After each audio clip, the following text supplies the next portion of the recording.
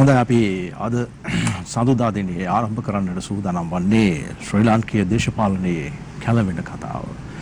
සුලිය අද සඳුදා දිනේ වර්තමානයේදී ගිය සතිය අපි කතා කරනවට වඩා තත්ත්වය වෙනස් වී තිබෙන්නේ දේශපාලනය පිළිබඳව කතා බහ කරන විට අලුත් අග්‍රාමාත්‍යවරයෙක් පත් වී තිබෙනවා. දේශපාලනය පිළිබඳව අලුත් කියවීමක් ආරම්භ කරන්නට පුරවැසියා සමත් වෙලා තිබෙනවා. විවිධ පුරකථන තිබෙනවා මේ වර්තමාන දේශපාලනය පිළිබඳව. වත්මන් අගමැතිවරයා යටතේ කැබිනට් අමාත්‍යවරුන් පත් වෙන ආකාරය, ඒ වගේම මේ රනිල් වික්‍රමසිංහ මහතා 6 වෙනි වතාවට අග්‍රාමාත්‍යවරයා බවට පත් වෙන්නේ මගේ මතකයේ නිවැරදි නම්. මේ සියලු කරුණු කාරණා පිළිබඳව අද දිනේදී අපි කතා බහ කරන්නට, විශේෂයෙන්ම මෙතනින් පස්සේ හිටපු අග්‍රාමාත්‍යවරයා ධූරයෙන් සමු ගැනීමත්, නව අග්‍රාමාත්‍යවරයා වැඩ බාර ගැනීමත්, ජනාධිපතිවරයා එලෙසින්ම සිටීමත්, මේ සියලු කරුණු කාරණා වලට පාදක වෙන දේශපාලනික කාරණා මෙන්ම ව්‍යවස්ථාව, ඉන් එහාට අපි යන්නේ කොහොමද, මේ ඉන්න ප්‍රශ්නයෙන් අපි නැගිටින්නේ කොතනින්ද කියන කාරණේ පිළිබඳවයි සාකච්ඡා කරන්නට බලාපොරොත්තු වෙන්නේ. ඒ සඳහා අපි අදත් මේ කාරණේ පිළිබඳව කතා බහ කරන්නට ඉතාමත්ම සුදුසු ජනාධිපති නීතිඥවරයෙක්, ඒ වගේම වත්මන් පාර්ලිමේන්තු මන්ත්‍රීවරයෙකුට, හිටපු අමාත්‍යවරයෙක්, ඒ වගේම දේශපාලන පිළිබඳව කතා බහ කරනවා නම් කෘතහස්ත දේශපාලනඥයෙක් අපි ආරාධනා කර සිටිනවා මේ සාකච්ඡාවට. ශ්‍රී ලංකා පොදු ජන පෙරමුණේ පාර්ලිමේන්තු මන්ත්‍රී, හිටපු අමාත්‍යවරයෙකු මෙන්ම ජනාධිපති නීතිඥ ආචාර්ය විජේදාස රාජපක්ෂ මහත්මයාට අයිබෝවන්. අයිබෝවන්. අපි කතා කිරීම ආරම්භ කරොත් මන්ත්‍රීතුමනි, 2020 මහමැතිවරණයෙන් පස්සේ 3/2 පාර්ලිමේන්තු බලයක් නැත්නම් පාර්ලිමේන්තුවේ බහුතරයක් දිනා ගනිමින් වත්මන් ආණ්ඩුව බලයට පත් වෙනවා. එවකට ඔබතුමත් ඡන්දය ඉල්ලුවේ ශ්‍රී ලංකා පොදු ජන පෙරමුණේ යටතේ. නමුත් ඔබතුමා ඒ පොදු ජන පෙරමුණු ආණ්ඩුවේ අමාත්‍ය මණ්ඩලයට තේරීපත් උනේ නැහැ. නැතිනම් අපි දන්නා විදිහට ඔබතුමන් විසින් ඒ අමාත්‍ය ධූරය ප්‍රතික්ෂේප කරනු ලැබුවා. මට ප්‍රශ්නයක් එනවා, ඔබතුමන් මේ ආණ්ඩුව මෙවැනි තත්ත්වයකට පත් වේවි කියන කාරණය කලින් දැනගෙන සිටියාද? ඔබට මතක ඇති මේ අවුරුද්දකට විතර පෙර ගිය අවුරුද්දේ අප්‍රේල් මාසයේදී මම මේ පිළිබඳව දිගින් දිගටම පැහැදිලි කිරීම කරා. ඒක අනාවැකියක් විදිහට සැලකන්නත් පුළුවන්. ඒ වගේම මීට මාස 5කට කලින් මම පැහැදිලිව කිව්වා මේ වගේ සජීවී වැඩසටහන් වල අප්‍රේල් මාස වෙනකොට මේ රටේ පාලනය කරගත නොහැකි තරමට ජනතාව ප්‍රකෝප වීමක්, ප්‍රචණ්ඩකාරී තත්ත්වයක් මේ රටේ ඇති වෙනවා. අපේ රටේ ආර්ථිකයේ එන්නෙන්නම දුර්වල වීම නිසා, කළමනාකරණයේ තිබුණු වැරැද්ද නිසා ජනතාවගේ පීඩනය වැඩි වෙනකොට මේ වගේ තත්ත්වයක් ඇත්ත වශයෙන්ම මම නම් බලාපොරොත්තු වුණා.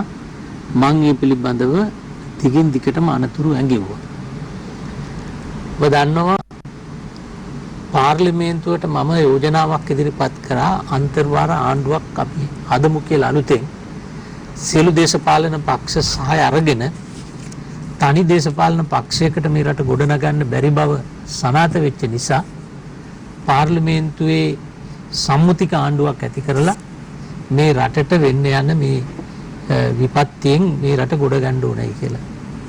ඒතර මම මේ යෝජනාව ගේනකොට අපේ තරුණ තරුණියෝ මහපාරට බහලා හිටියේ නැහැ. ඊට පස්සේ තමයි අපේ රටේ ජනතාව පාරට බහලා අද අරගලයකට මැදි වෙලා තිබෙන්නේ. දැන් එදා මේ ප්‍රශ්න ඇති වෙන්න කලින් මම ගෙනාපු යෝජනාවට පාර්ලිමේන්තුවේ සියලුම දේශපාලන පක්ෂ එකඟ වෙන මට්ටමකට ගෙනාවා. නමුත් කුමන හේතුවක් නිසා එය තාමත් අපිට සාර්ථක කරගන්න බැරි වුණා.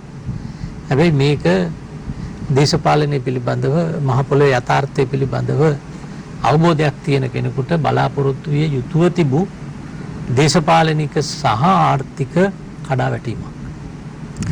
අමාත්‍යතුමනි දැන් ඔබතුමන් ඔය කියන වචන ටික හරියටම අපි තේරුම් අරගත්තොත් ඔබතුමන් කියන්නේ මේ ආණ්ඩුව කරවන පුද්ගලයන්ට ජනාධිපතිවරයා සහ එවකට හිටපු අග්‍රාමාත්‍යවරයා ඇතුළු මේ වගකීතු බලධාරීන්ට මේ ප්‍රශ්නේ තේරුම් ගන්නට බැරි වුණා කියන එකද?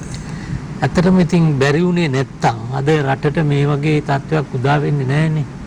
අද දේශපාලඥයින්ට එරෙහිව මේ වගේ විරෝධයක් මතුවෙන්න හේතුවක් නැහැනේ. කියන්නේ ජනතාව අවබෝධ කරගෙන තියෙනවා කළමනාකරණයේ තිබුණු අඩුපාඩුකම් නිසා තමයි මේ තත්ත්වය උදා වුණේ. ඊට අමතරව දූෂණ වංචා පිළිබඳව චෝදනා මතුවුණා. ඉතින් මේ සියල්ල එක්ක දේශපාලනය කරන කෙනෙක් බලාපොරොත්තු වෙන්න ඕන මෙහෙම තත්ත්වයක් රටේ ඇති වෙයි කියලා. මන්ත්‍රීතුමනි දැන් ප්‍රශ්නේ කුමක් වුණත් දැන් අවසානයේදී කවුරු වග කිය යුතු වුණත් මුහුණ දෙන්නට වෙලා තියෙන ජනතාවටයි මේ ප්‍රශ්නයට. අද මේ වන විටත් දිගු පෝලිම් ඉන්ධන ලබා ගැනීමට තිබෙනවා. ඒ වගේම විදුලි කප්පාදුව පිළිබඳව තවත් අනතුරු අඟවනවා. මේක මීට වඩා වැඩි කාලයක් මේ විදුලි කප්පාදුව සිද්ධ වෙන්න පුළුවන් කියන කාරණය. ඉතින් එහාට ගියාම ගෑස් නැහැ. රටේ ජනතාවට Tamanගේ කුස්සිය මේ දවස්වල කළමනාකරණය කරගන්නට බැරිකම තියෙනවා. බඩු මිල අහස උසට ගිහිල්ලා. හැබැයි මේ සියල්ල පිළිබඳව තවමත් කතා කරනවා විතරයි. අගමැතිවරයා වෙනස් වුණා කියලා ප්‍රශ්නය එකපාරටම වෙනස් වුණේ නැහැ. ජනාධිපතිවරයාගේ බලතල හෙට පාර්ලිමේන්තුවට දුන්නත් මේ ප්‍රශ්නේ එකපාර වෙනස් වෙන්නේ නැහැ.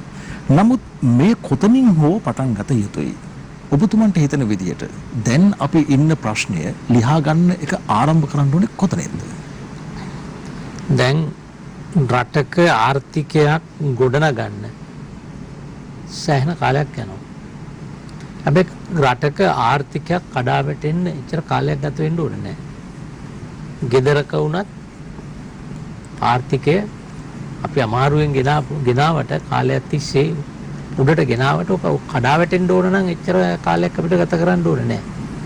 ඒක නිසා දැන් අපි දිගින් දිගටම මේ පැත්තට මේ පැත්තට ඇඟිලි දික් කරගෙන මේ චෝදනා කරලා මේවට හේතු කාරණා කියලා දැන් අපි ඔක්කොම හතියටලා ඉන්නේ. දැන් මුළු රටේම ජනතාව දන්නවා අපිට වැරදුණු තැන කොතනද. රටේම ජනතාව දන්නවා මේවට වගකිව යුත්තේ කවුද. ඒක ගැන කතා කිරීමෙන් කාලය නාස්ති කිරීම මම හිතන්නේ මේ මොහොතේ අවශ්‍යතාවය නෙවෙයි. මේ මොහොතේ අවශ්‍යතාවය තමයි අද ජනතාව නුණ දීලා තියෙන ඉතාමත්ම බැරෑරුම් අභියෝගවලට. විශේෂයෙන්ම ගෑස් ටික නැති වුණාම තට්ටු නිවාස හුඟක් නාගරිකව තියෙන්නේ. දරුවෙකුට තේ ටිකක් කිරිපිටි ටිකක් උයලා හදලා දෙන්න, වත් ටිකක් උයලා දෙන්න ලොකු ප්‍රශ්නයක්. සමහරු එතනින් භූමි තෙල් ලාම්පුවලට ගියා ඊට පස්සේ තෙල් නැහැ. ප්‍රශ්නයක්. ඒ වගේම ඩීසල් පෙට්‍රල් පෝලිං වල ඒ වගේම කර්මාන්ත ශාලාවලට අවශ්‍ය ෆර්නස් ඔයිල් වගේ දේවල් විශාල ගැටලුවක් හිගයක් තියෙනවා. ඉතින් මේ හිගේ ඇති උනේ ඇත්තටම අපේ නිසි කළමනාකරණයක් නොතිබුණ නිසා. ඒකට එක හේතුවක් විදිහට අපි දකිනවා පහුගිය කාලේ අපේ රටේ බදු පනත්වල කරපු ප්‍රතිසංස්කරණ. මොකද ඒකෙන් පහුගිය අවුරුදු 2යි කාර්තුවක කාලය බැලුවොත් දල වශයෙන් අපිට එකතු විය යුතුව තිබුණු බදු ප්‍රමාණය අපි ඩොලර් වලට පරිවර්තනය කරලා බැලුවොත් ඩොලර් බිලියන 7ක විතර අඩුවක් ආණ්ඩුවේ ආදායමට වෙලා තියෙනවා. එතකොට අපි අද ඩොලර් බිලියන 2ක 3ක ආධාරයක් ණයක් තමයි බලාපොරොත්තු වෙන්නේ. අපිට ඒ බදු මුදල් අරගත්ත නම් ඒක රෝල් වීමක් නෙවෙන්නේ ආර්ථිකේ. ඩොලර් රුපියල් හැමදාම රෝල් වීමක් වෙනවා ආනයන අපනයන ආර්ථිකයත් එක්ක. එහෙම වුණා නම් මේ තත්ත්වය අපිට උදා වෙන්නේ නැහැ. එහෙමනම් කවුරු බලයට ආවත් මුලින්ම කරන්නට ඕන බදු ප්‍රතිසංස්කරණයක් කරන්න වෙනවා. මොකද රටක ප්‍රධානතම ආදායම තමයි බදු ආදායම. දැන් එතෙන්දී සමහර වෙලාවට වක්‍රබදු ඍජුබදු කියන දෙකේ අඩු වැඩි වීම මෙහාට මෙහාට වෙනවා. නමුත් මේ ප්‍රතිසංස්කරණයේදී ඍජුබදු වලින් දුන්න සහනය නිසා මධ්‍යම සහ ඉහළ පාන්තිකයන්ට ඒකේ ප්‍රතිලාභ ලැබුණා මිසක් පල්ලෙහා මට්ටමේ ජනතාවට ඒකේ ප්‍රතිලාභ ලැබුණේ නැහැ. ඒකත් එක හේතුවක් වෙලා තියෙනවා. ඒ වගේම පොහොර ප්‍රතිපත්තිය නිසා ආර්ථිකයේ ඒ කියන්නේ ප්‍රොඩක්ෂන්ස් අපේ නිෂ්පාදන ද්‍රව්‍ය කෘෂි නිෂ්පාදන ද්‍රව්‍ය වල ලොකු අඩුවක් මේ කාල සීමාවේ ඇවිල්ලා තියෙනවා. ඉතින් මේ ප්‍රශ්න නිසා අපිට ආර්ථිකය ගොඩ ගන්න අලුත් මාවත් හොයන්න වෙලා තියෙනවා. අපිට ඩොලර් සොයන්න තිබුණු එක හොඳ සාර්ථක ක්‍රමයක් තමයි සංචාරක කර්මාන්තය. හැබැයි සංචාරක කර්මාන්තේ යම් කිසි අඩාල වීමක් අපිට සිද්ධ වුණා පාස්කු ප්‍රහාරයත් එක්ක. ඊළඟට දෙවනුව කොවිඩ් වසංගතය හේතු වෙනුත් අඩුවීමක් සිද්ධ වුණා. හැබැයි කොවිඩ් වසංගතය අවසාන වේගෙන එනකොට අපේ සංචාරක පැමිණීම ඉතා වේගෙන් ඉහළ යමින් පැවතුනේ. ඊළඟට රටේ තිබුණු මේ ආරම්භ වුණ අලුත් දේශපාලන අස්ථාවරත්වය නිසා මේ වන විට අපිට සංචාරකයන් ගෙන්නා ගැනීම ලොකු ප්‍රශ්නයක් වෙලා තියෙනවා. ඉතින් මුලින්ම මේ රටේ ආර්ථික ස්ථාවරත්වය ගොඩනගන්න නම් දේශපාලන ස්ථාවරත්වය හදන්න ඕන. දැන් ඔබ කිව්වා වගේ ලෝක ඉතිහාසයේ කොයි රටකවත් මේ පාර්ලිමේන්තුවේ 225ක් වැනි විශාල මන්ත්‍රීවරු ඉන්න පාර්ලිමේන්තුවක එක ආසනයක් ලබාගෙන ආපු මන්ත්‍රීවරයෙකුට අගමැතිකමක් ලැබිලා නැහැ. දැන් ඒ වගේ විශාල පරිවර්තනයක් මෙතන වෙලා තියෙනවා. දැන් එතුමා පරාජය කරලා අපි යව්වේ පහුගිය මැතිවරණයේදී එතුමාගේ ප්‍රතිපත්ති මේ රටට නොගැලපෙනවයි කියන අපේ විශ්වාසය උඩ. බහුතරය ජනතාවගේ විශ්වාසය උඩ. නමුත් මේ මොහොතේ අවශ්‍යතාවය මෙවැනි තත්ත්වයකින් රට ගොඩ ගැනීම සඳහා ආර්ථිකයට යම් පන්නරයක් දෙන්න පුළුවන් පරිණත නායකයෙක් විදියට අද රනිල් වික්‍රමසිංහ මහත්මයා පිළිගරන් තියෙනවා. ඉතින් දැන් ඒකෙන් ඔප්පු වෙන්නේ මේ රටේ මේ දේශපාලන පක්ෂවලට බලකඳුරු කියලා જાතියක් නැහැ. දේශපාලන පක්ෂවලට අයිතිකාරයෝ ඉන්න බෑ. ජනතාව මේ ක්‍රමය තමයි ප්‍රතික්ෂේප කරන්නේ. දැන් ගිය මැතිවරණේ ලංකා ඉතිහාසයේ අපි දැකපු අලුත්ම අත්දැකීම තමයි මේ රටේ තිබුණු දැවැන්තම දේශපාලන පක්ෂය. එක්සත් ජාතික පක්ෂය. දිස්ත්‍රික්ක මට්ටමින් එක ආසනයක් දිනාගන්න බැරි වුණා. මේ පක්ෂය ඒ තරමට පරිහානියටපත් වුණා. රනිල් වික්‍රමසිංහ මහත්මයාවෙත් ජාතික ලැයිස්තුවේ. එතකොට දැන් ජනතාව තේරුම් අරගෙන තියෙනවා ප්‍රජාතන්ත්‍රවාදයේ තිබුණට අපේ රටේ ඇත්තටම තිබුණේ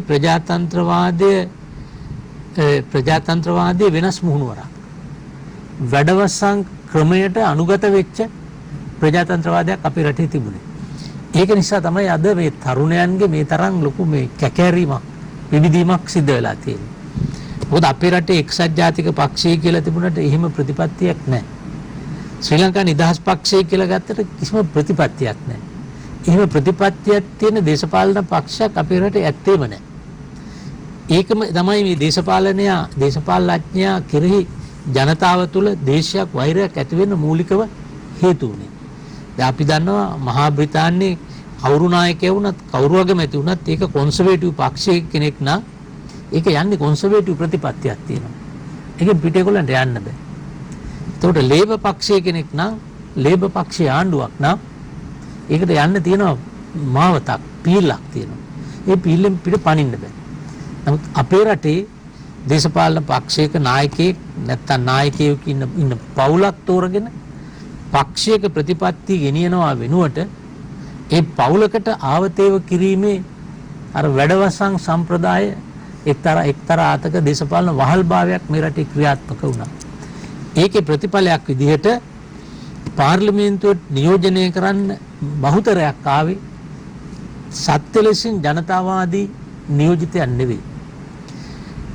මේ සම්බන්ධතා හරහා පැමිණෙන අය හුඟක් පහුගිය කාලේ අපි දැක්ක ඔබ දකින්න ඇති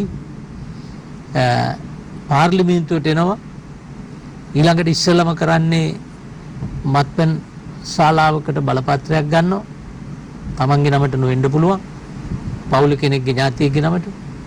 ඊළඟට ප්‍රදේශයේ තියෙන පෙට්‍රල් ෂෙඩ් එකේ බලපත්‍රය ගන්න.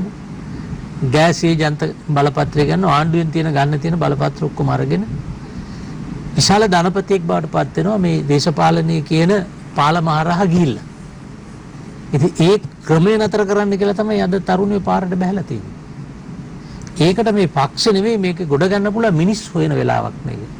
ඒක නිසා කවුරු බලය ගත්තත් මේ වෙලාවේ අපි කාටත් පුරවැසියෝ විදියට වගේම පාර්ලිමේන්තුවේ මහජන නියෝජිතයෝ විදියට රට අරාජික වෙන්න නොදී මේ ආර්ථික අහීනියෙන් ගොඩ ගන්න දායක විය යුතුව තිබෙනවා.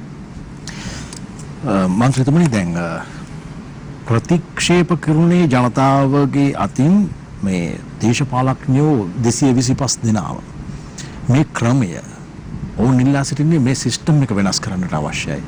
අපිට හෙටක් දකින්නට නම් මීට වඩා රටේ පැහැදිලි ප්‍රතිපත්තීන් ක්‍රියාත්මක විය යුතුයි.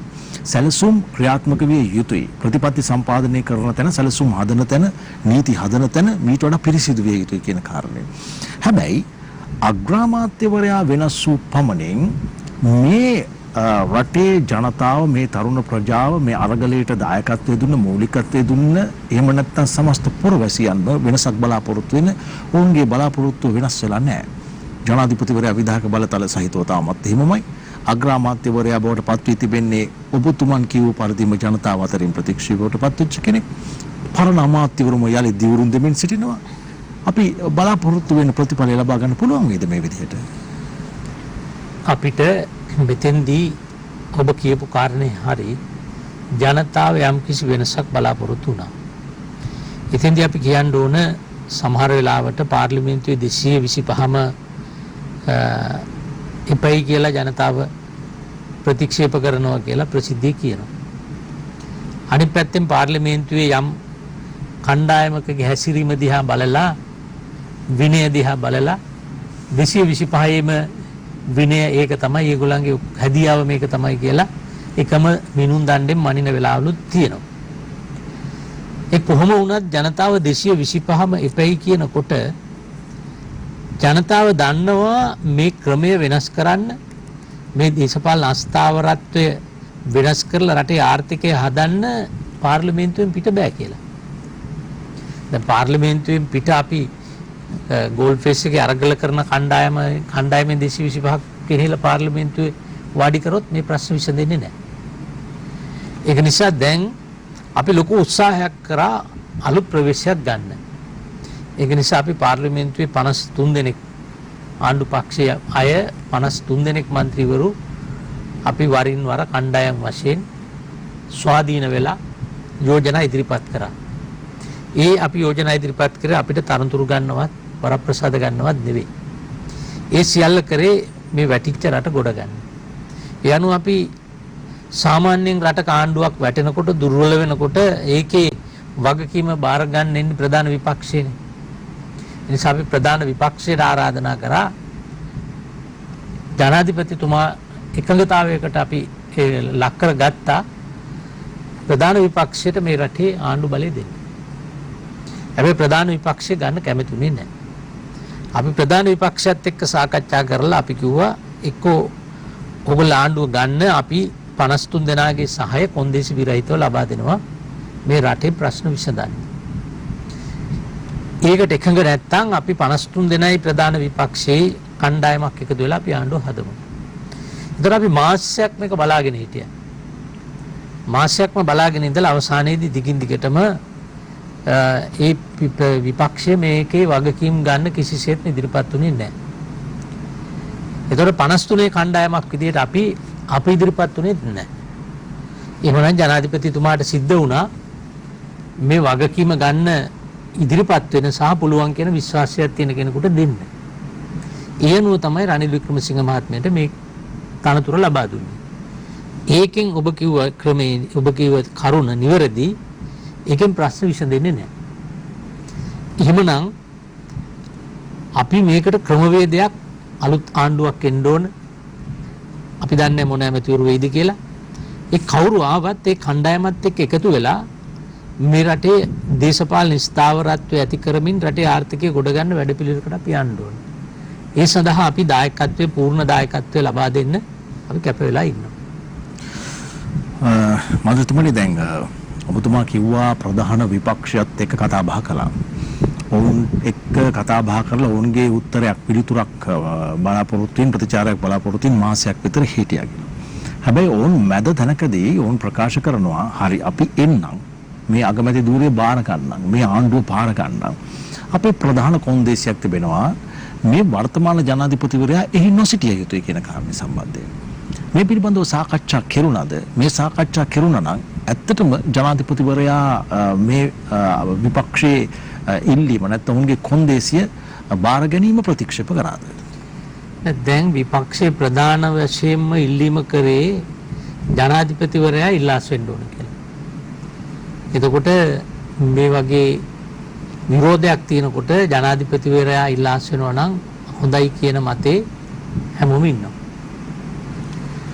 හැබැයි ජනාධිපතිවරයා ඉල්ලලා අස් වෙනවා නම් නිකම්ම මම යනවා කියලා යන්න බෑ. මොකක් හරි ක්‍රමවේදයක් හදලා තියලා රට අරාජික වෙන්න නොදී කරන්න ඕනේ. ඒක නිසා තමයි අපි යෝජනා කරේ අපිට මුලින්ම පාර්ලිමේන්තුවට බලය දෙන්න. අපි යම්කිසි විශාල බලයක් ජනාධිපතිවරයාගෙන් ඉවත් කරලා 19 වෙනි සංශෝධනයෙන් පාර්ලිමේන්තුවට ගත්තා. පාර්ලිමේන්තුවට සහ අමාත්‍ය මණ්ඩලයට. එවනම් අපිට වහාම නැවතත් 19 වෙනි සංශෝධනයේ තිබුණු ස්වරූපේ බලය පාර්ලිමේන්තුවට තහවුරු කරන ක්‍රමවේදයට අපිට යන්න ඕන කියලා. ඒතකොට ඒ අපි සාකච්ඡාවට දෙක තුනක් තිබුවට පස්සේ ජනාධිපතිතුමා ඒකට එකඟ වුණා. ඒ අනුව මම 21 වෙනි සංශෝධනය ඉදිරිපත් කරලා තියෙන්නේ පෞද්ගලික മന്ത്രി යෝජනාවක් විදියට. දැන් ආණ්ඩු පක්ෂයෙන් සියලු පක්ෂවල එකඟතාවය ඒකට ප්‍රකාශ වෙලා තියෙනවා. දැන් ප්‍රධාන විපක්ෂය ඉදිරිපත් කරලා තියෙනවා තවත් ආණ්ඩු ක්‍රම ව්‍යවස්ථා සංශෝධනයක්. එතකොට ඒකෙන් කියන්නේ විධායක ජනාධිපති ක්‍රමය සම්පූර්ණයෙන් අහෝසි කරන්න ඕන කියලා. අපේ සාකච්ඡාවලදී අපි පැහැදිලිව කියන්නේ අපි ස්වාධීන 53 දෙනාගේ කණ්ඩායම අනුව අපි පැහැදිලිව කිව්වා විධායක ජනාධිපති ක්‍රමය අහෝසි කරනවා නම් අපිට ඒක සලකා බලන්න පුළුවන්. හැබැයි ඊට සමගාමීව මේ රටේ තියෙන මැතිවරණ ක්‍රමයක් 13 වෙනි සංශෝධනයේ යම් ප්‍රතිපාදනත් වෙනස් කිරීමක් එක්ක මිසක් ඒක කරන්න බෑ. අනිත් එක අපි පාර්ලිමේන්තුවේ 225ම එකඟ වුණත් විධායක ජනාධිපති ක්‍රමය ඉවත් කරන්න ඒ අපේ ආණ්ඩු ක්‍රම ව්‍යවස්ථාව අනුව ඊට ජනමත විචාරණයකට යන්න ඕනේ. එතකොට මේ රට වැටිලා තියෙන වෙලාවේ ජනමත විචාරණයකට යන්න පුළුවන් තත්ත්වයක් නැහැ. ඒ නිසා ඒක ප්‍රායෝගික නැහැ. ඒක නිසා අපි 19 සංශෝධනයේ ස්වරූපයේ සංශෝධනයකට ගිහිල්ලා අපි දෙවනුව අලුත්ම ආණ්ඩු ක්‍රම ව්‍යවස්ථාවක් නිර්මාණය කිරීම පිළිබඳව සාකච්ඡාව ආරම්භ කරමු. ඒක තමයි අපේ යෝජනාව. හොඳයි අද අපි අනිත් එකක් කියන්න ඕනේ දැන් ජනාධිපතිතුමාට යන්න කියලා කියන්න ඡන්දේ දීපු නොදීපු රටේ පුරවැසියන්ට එහෙම අයිතියක් තියෙනවා. අදහස් ප්‍රකාශ කිරීමේ අයිතියක් එක්ක. අපිටත් ඒ අයිතිය තියෙනවා. හැබැයි අපි පාර්ලිමේන්තුවේ മന്ത്രിවරු විදිහට ජනාධිපතිවරයා යන්න ඕනේ කියන ස්ථාවරේ අපි ඉන්නවා නම් ඒකට ආණ්ඩු ක්‍රම ව්‍යවස්ථාවෙන් ක්‍රමවේදයක් දීලා තියෙනවා. දෝෂාභියෝගයක් ගෙනල්ලා ඕනේ ඒක කරන්න. ඒ නිසා අපිට ඒක පාරේ ඉඳන් කරන්න පුළුවන් දෙයක් නෙවෙයි. හොඳයි අපි අද කතා බහ කරමින් ඉන්නේ වර්තමාන දේශපාලන තත්ත්වය පිළිබඳව සඳුදා සූරිය වැඩසටහනින් ශ්‍රී ලංකා පොදු ජන පෙරමුණේ වත්මන් පාර්ලිමේන්තු මන්ත්‍රී හිටපු අමාත්‍ය ජනාධිපති නීතිඥ ආචාර්ය විජේදාස රාජපක්ෂ මහතා සමගින් අපි සූදානම් වෙන්නේ කෙටි විරාමයක් ලබා ගන්නට.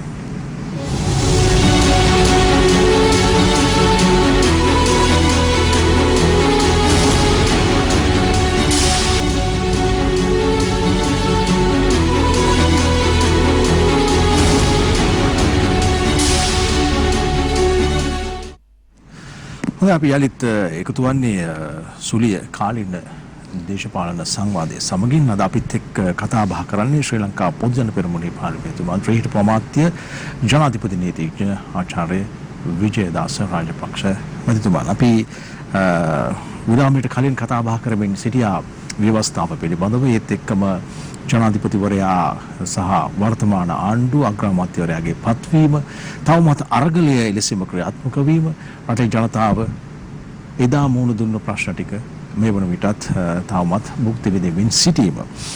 මන්ත්‍රීතුමනි දැන් අපි කතා බහ කරනකොට කියවෙච්ච එක කාරණයක් තිබුණා මේ ව්‍යවස්ථාව පිළිබඳව කතා බහ කිරීමේදී තාමත් වැදගත් කාරණයක්. අපි 19 වෙනි ආණ්ඩුක්‍රම ව්‍යවස්ථාවේ තිබුණු සාධනීය කරුණු කාරණාවත් අරගෙන 13 තිබුණු අපිට හානි කර දේවල් ඉවත් කරගෙන අපි 21ක් අලුතෙන් ක්‍රියාත්මක කරන්නට බලාපොරොත්තු වෙනවා කියන කාරණය.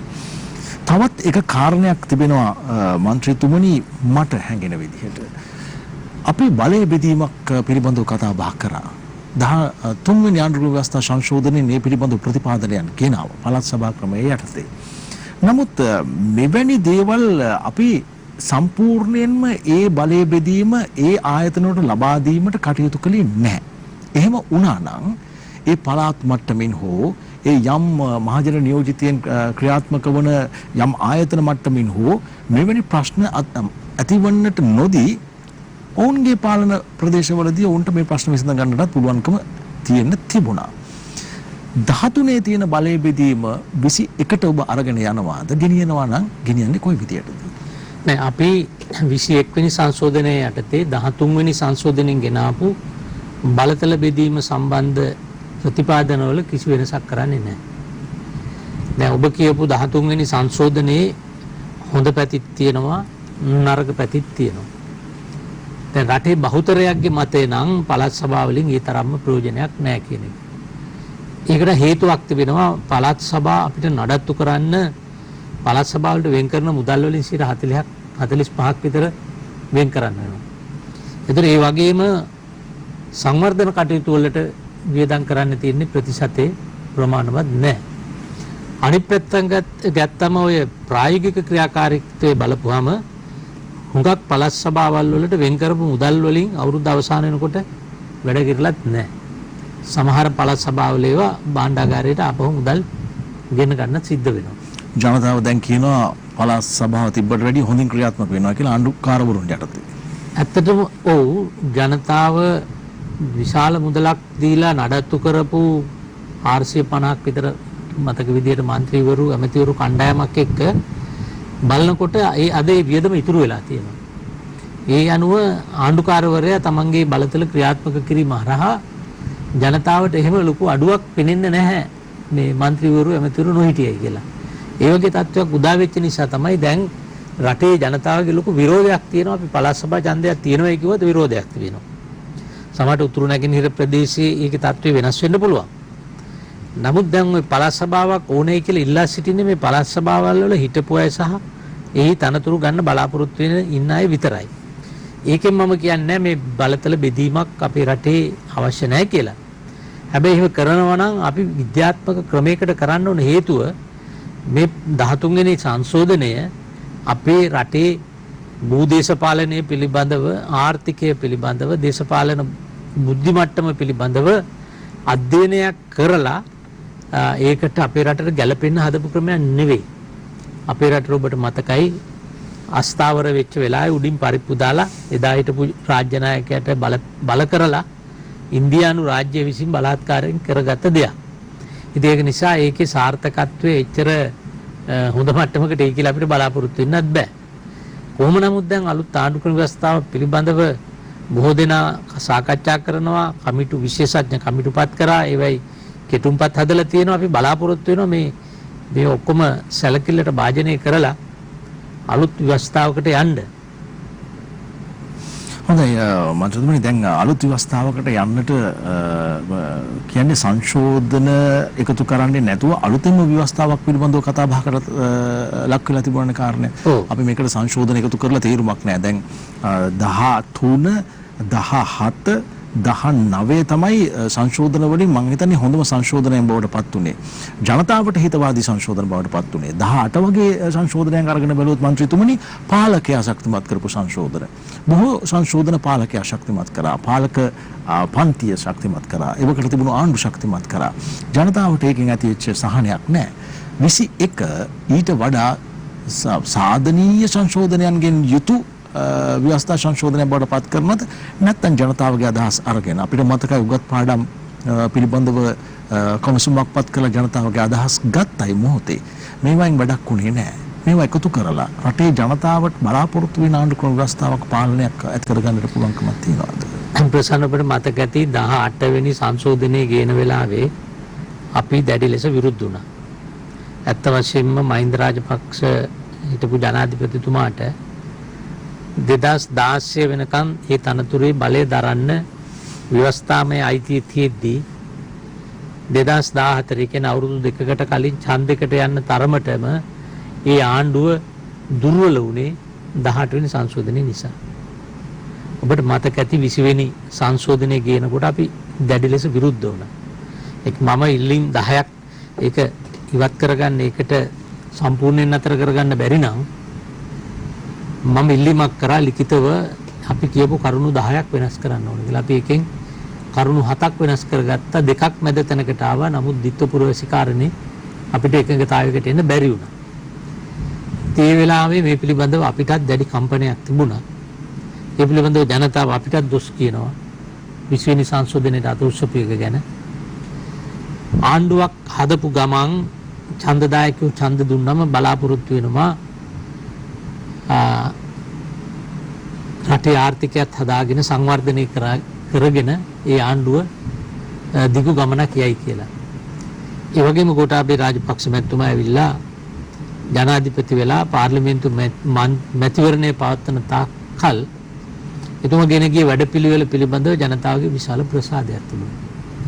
නිසා 20 වෙනි සංශෝධනයට අපි විරුද්ධ වෙනකොට ජනතාවගේ පැත්තෙන් අපිට එල්ලුණු දෝෂාරෝපණය තමයි ආණ්ඩුව ආරම්භ කරනකොටම අපි ඒක කඩාකප්පල් කරන්න කටයුතු කරනවා කියලා. අපිට මේ චෝදනාවෙන් මිදෙන්න බැරි වුණා. ඒක නිසා අපිට සිද්ධ වුණා ඒ වෙලාවේ 20 වෙනි සංශෝධනයට අපේ ඡන්දය දෙන්න. දැන් ආණ්ඩුවම කියනවා ඒක ආණ්ඩුව කරගත්ත ඓතිහාසික වරදක් කියලා. දැන් එහෙමනම් ඒ ඓතිහාසික වරදට දායක වෙච්ච අය විදිහට ඒක නිවැරදි කිරීමේ වගකීමත් අපිට තියෙනවා. ඒක නිසා තමයි මම 21 වෙනි සංශෝධනය ඉදිරිපත් කළේ. එවනම් අපිට හැකි වෙයි අග්‍රාමාත්‍යතුමත් එක්කත් අපි සාකච්ඡා කරා. ඉතා ඉක්මනටම මේ 21 වෙනි සංශෝධනය සම්මත කරගන්න පාද ભેද වලින් තොරව. දෙවනුව ආණ්ඩුක්‍රම ව්‍යවස්ථා පිළිබඳව මම කලින් කිව්වා කෙටුම්පතක් හදලා තියෙන විශේෂඥ මණ්ඩලයක්.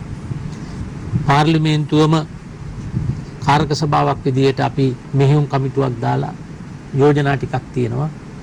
එතකොට මේවා මේ සියලු දේශපාලන පක්ෂත් එක්ක ජන කොටස් එක්ක සාකච්ඡා කරන්න ඕනේ. විශේෂයෙන්ම මේ රටේ තරුණ කොටස් වලට හැඟීමක් තියෙනවා මේ දේශපාලනය තුළ තරුණ ප්‍රජාව නොසලකා හැරලා තියෙනවා කියලා. ඒකත් එක හේතුවක් තමයි තරුණ අසහනයට. එතකොට මේ ඇත්තටම මේ ක්‍රමය තුළ අපි බලන්න ඕන පුළුවන් තරම් මේ තරුණ ප්‍රජාව දේශපාලනයට ඇතුල් කරගන්න. හැබැයි එතෙන්දී ඒකෙන් කියන්නේ නැහැ තරුණ වුණත් ඔය ජාවාරම් වල යෙදිලා තියෙන එහෙම නැත්නම් අයතාලෙස මුදල් උපයන එහෙම තරුණයෝ නෙවෙයි. මේ රටේ අවංකවම මේ රටට සේවයක් කරන්න පුළුවන් රටේ අනාගතයේ අයිතිකාරයෝ විදියට තෝර බේරගෙන ඒ අයටත් අපි අවස්ථාව දෙන්න ඕන. මොකද මේ අපිට හැමදාම අපි දේශපාලනේ ඉන්නේ මේක પરම්පරාව යන දෙයක් නේ. මිනිස්සු දේශපාලඥයෝ වෙනවා වයසට යනවා මිය දෙනවා. සමහර දේශපාලඥයින්ට මැරෙනවා කියලා හිතෙන්නේ නැහැ. සමහර දේශපාලඥයෝ හිතාගෙන ඉන්නවා අවුරුදු 200ක් නැත්නම් 500ක් ජීවත් වෙනවා කියලා. එහෙම තියාගෙන ධනෙ රැස් කරන අයත් ඉන්නවා. දැන් ওই ක්‍රමයේ වෙනස් කරලා අපිට අර දියුණු ප්‍රජාතන්ත්‍රවාදයට ඇත්තම කියනවා නම් මම තාමත් කියන්නේ මේ රටේ තියෙන්නේ දැනටත් වැඩවසම් ප්‍රජාතන්ත්‍රවාද ක්‍රමයක් මිශ්‍ර වෙච්ච එකක්. මේ ක්‍රමයෙන් ඔබට ගිහිල්ලා මේ රට මේ තරුණ පරම්පරාවට බාර දීලා අපි අයින් වෙන්න ඕනේ. ඒ වෙනුවෙන් තමයි අපි ව්‍යවස්ථා ප්‍රතිසංස්කරණ හදන්න ඕනේ. මන්දතුමනි ඒකට යම් මොන පුරුණක් එකතු කරන්නට අවශ්‍යයි. මොකද තවමත් මං හිතන්නේ අපේ රටේ දේශපාලඥයා කේන්ද්‍රගත වෙච්ච දේශපාලඥයා වටේ ගොඩනැගිච්ච දේශපාලන සංස්කෘතියක් තිබෙන්නේ. එහෙම නැතුව අපේ ප්‍රතිපත්තීන් පිළිබඳව හෝ එතනින් එහා ගිය මධ්‍යස්ථ මතයක් පිළිබඳව හෝ කතා බහ කරන්නේ නැහැ. බොහොම අඩුවෙන් තමයි පිළිබඳව කතා බහ කරන්නේ. කතා කරොත් මොකක් හෝ පක්ෂයකට අනුබද්ධ වෙච්ච දේශපාලනයක්. මේ පක්ෂයේ දේශපාලන ප්‍රතිපත්තිය පිළිබඳව කතා බහ කරත් අවසානයේදී පහළ මට්ටමේ පාර්ලිමේන්තු මන්ත්‍රීවරයා වටා තමයි ජනතාව එකතු වෙන්නේ. ඔහු මල ගෙදරට අවශ්‍යයි, ඔහු මගුල් ගෙදරට අවශ්‍යයි, ඔහු Tamanගේ පෞද්ගලික දේවල් වලට අවශ්‍යයි. අපි තවත් කාරණාවක් කතා කර යුතුයිනේ. රටේ ඉන්න පුරවැසියන් ඡන්දදායකයන් අවුරුදු 18ට වැඩි වුණාම මේ පරමාධිපත්‍ය බලයට හිමිකම් කියන අයට කිසියම් මඟ පෙන්වීමක් නැහැනේ. තමන්ගේ මහජන නියෝජිතයා තෝරාපත් කර ගැනීම, තමන් ආණ්ඩුවක් පත් කර ගැනීමට තමන්ට තිබෙනා වූ අයිතිය පාවිච්චි කරන විදිය, ජනාධිපතිවරයෙක් පත් කරනවා නම් ඒක අපි කවුරුත් ආණ්ඩුවක් පත් කරගන්නකොට උන්ගේ ප්‍රතිපත්ති ප්‍රකාශන පිළිබඳව බලන්නේ නැහැ. තමන් දාන ඒ පක්ෂ දාන අපේක්ෂකයා දිහා විතරයි වන්දිතුමනි බලන්නේ. ඒක තමයි මම කිව්වේ මේකෙදී ඇත්තටම අපේ රටේ දේශපාලන පක්ෂවල නායකයෝ මේකේ මේ කඩාවැටීමේ රටේ වගකීම බාර ගන්න ඕනේ. අනිත් පැත්තෙන් ගත්තම දේශපාලඥයට විතරක් ඇඟිල්ල දික් කරන ජනතාවත් මේකෙන් හරි අඩක වගකීම ගන්න ඕනේ. මම එහෙම කියන්නේ දැන් ජනතාවට යම්කිසි දේශපාලන පක්ෂයක ඉන්නකොට පක්ෂ නායකයා තමන්ගේ කොට්ටාසිට නැත්තම් දිස්ත්‍රික්කයට ඉදිරිපත් කරන ඕනෙකුට කෙනෙකුට ඡන්දෙ දෙන්න ජනතාව පෙළඹෙනවා. ඒක ඇවිල්ලා දේශපාලන පරිණතභාවය අඩුකම. දෙවෙනි කාරණේ ඔබ කිව්වා ජනතාවට මගුල් ගෙදරට, මරණ ගෙදරට, කොටහළු ගෙදරට හැම එකටම එන්න කියන දාන ගෙදරට. එතකොට මහ ජනතාව දේශපාලඥයට දීලා තියෙනවා අනවශ්‍ය වැදගත්කමක්. අනවශ්‍ය ප්‍රමුඛත්වයක් දීලා තියෙනවා. අතරම මහජන නියෝජිතයාගේ කාර්ය වෙන්න ඕනේ ඒක නෙවෙයි. දැන් අපි දිනු ප්‍රජාතන්ත්‍රවාදයේ තියෙන රටවල් වල ගිහිල්ලා බලපුවාම සමහර වෙලාවට ඒගොල්ලන් එක්ක කිසිම සම්බන්ධයක් නැහැ. ජනතාවගෙන් 99%ක්වත් සම්බන්ධයක් නැහැ තමන්ගේ മന്ത്രിවරයාත් එක්ක. ඒ සම්බන්ධයක් නැහැයි කියලා කියන්නේ ඒ කියන්නේ අමනාපයක් හෝ සම්බන්ධ වෙන්න බැරි කමක් නිසා නෙවෙයි. අවශ්‍ය නැහැ. දේශපාලඥයට ඡන්දෙ දුන්නම ඒ දේශපාලඥයා ජනතාව වෙනුවෙන් ඔහුගේ වගකීම හරියට ඉටු කරනවා නම් එතකොට ඒ රටේ නීතියේ ආධිපත්‍යය තියෙනවා නම් ජනතාවගේ මූලික නිදහස රැකෙනවා නම් මූලික අවශ්‍යතා ටික සම්පූර්ණ වෙනවා නම් ඉතින් ඕක දේශපාලඥයත් එක්ක ගිහිල්ලා එයාගේ අත්වල බැඳගෙන එයාත් එක්ක සෙල්ෆි එක ගහ ඉන්න මේ ජනතාවට උවමනාවක් නැහැ. ඒ කාර්යය ඔහු කරනවා. ඉතින් අපේ රටේ සංස්කෘතිය ඊට වැඩිය වෙනස්. අපේ රටේ නිරන්තරයෙන්ම අර ඔබ කිව්වාගේ හැම දෙයකම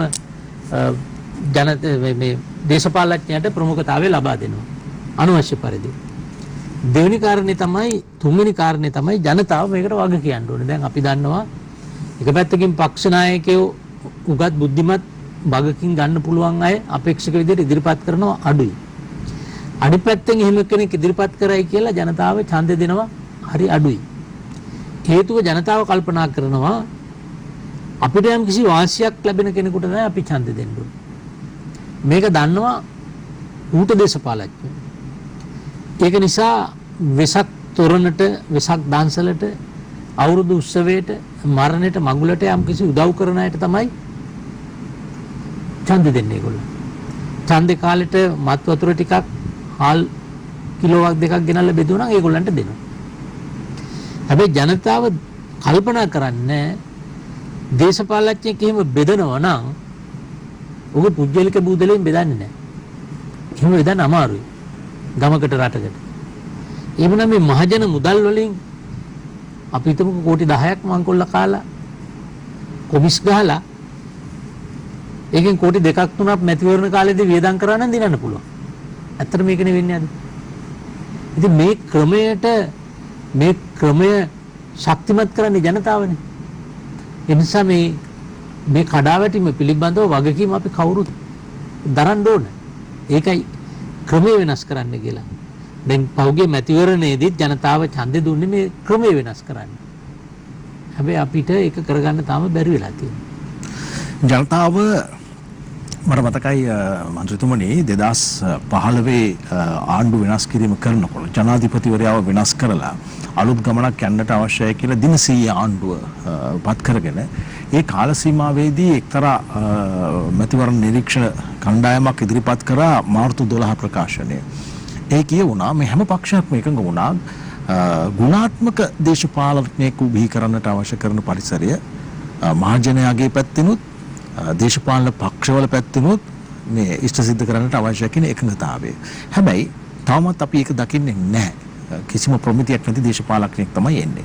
නමුත් පහුගිය මැතිවරණයේදී අපි දැක්කා උගතුන් බුද්ධිමතුන් විශේෂයෙන්ම ඔබ නියෝජනය කරන වර්තමානයේ ඔබ සමාජකත්වයේ දරන ශ්‍රී ලංකා පොදු ජන පෙරමුණ ඇතුළට ගේන්නට වියත් මග වගේ එළිය වගේ සංවිධාන කතිකාවන් කවයන් සෑහෙන උපකාරී වුණා.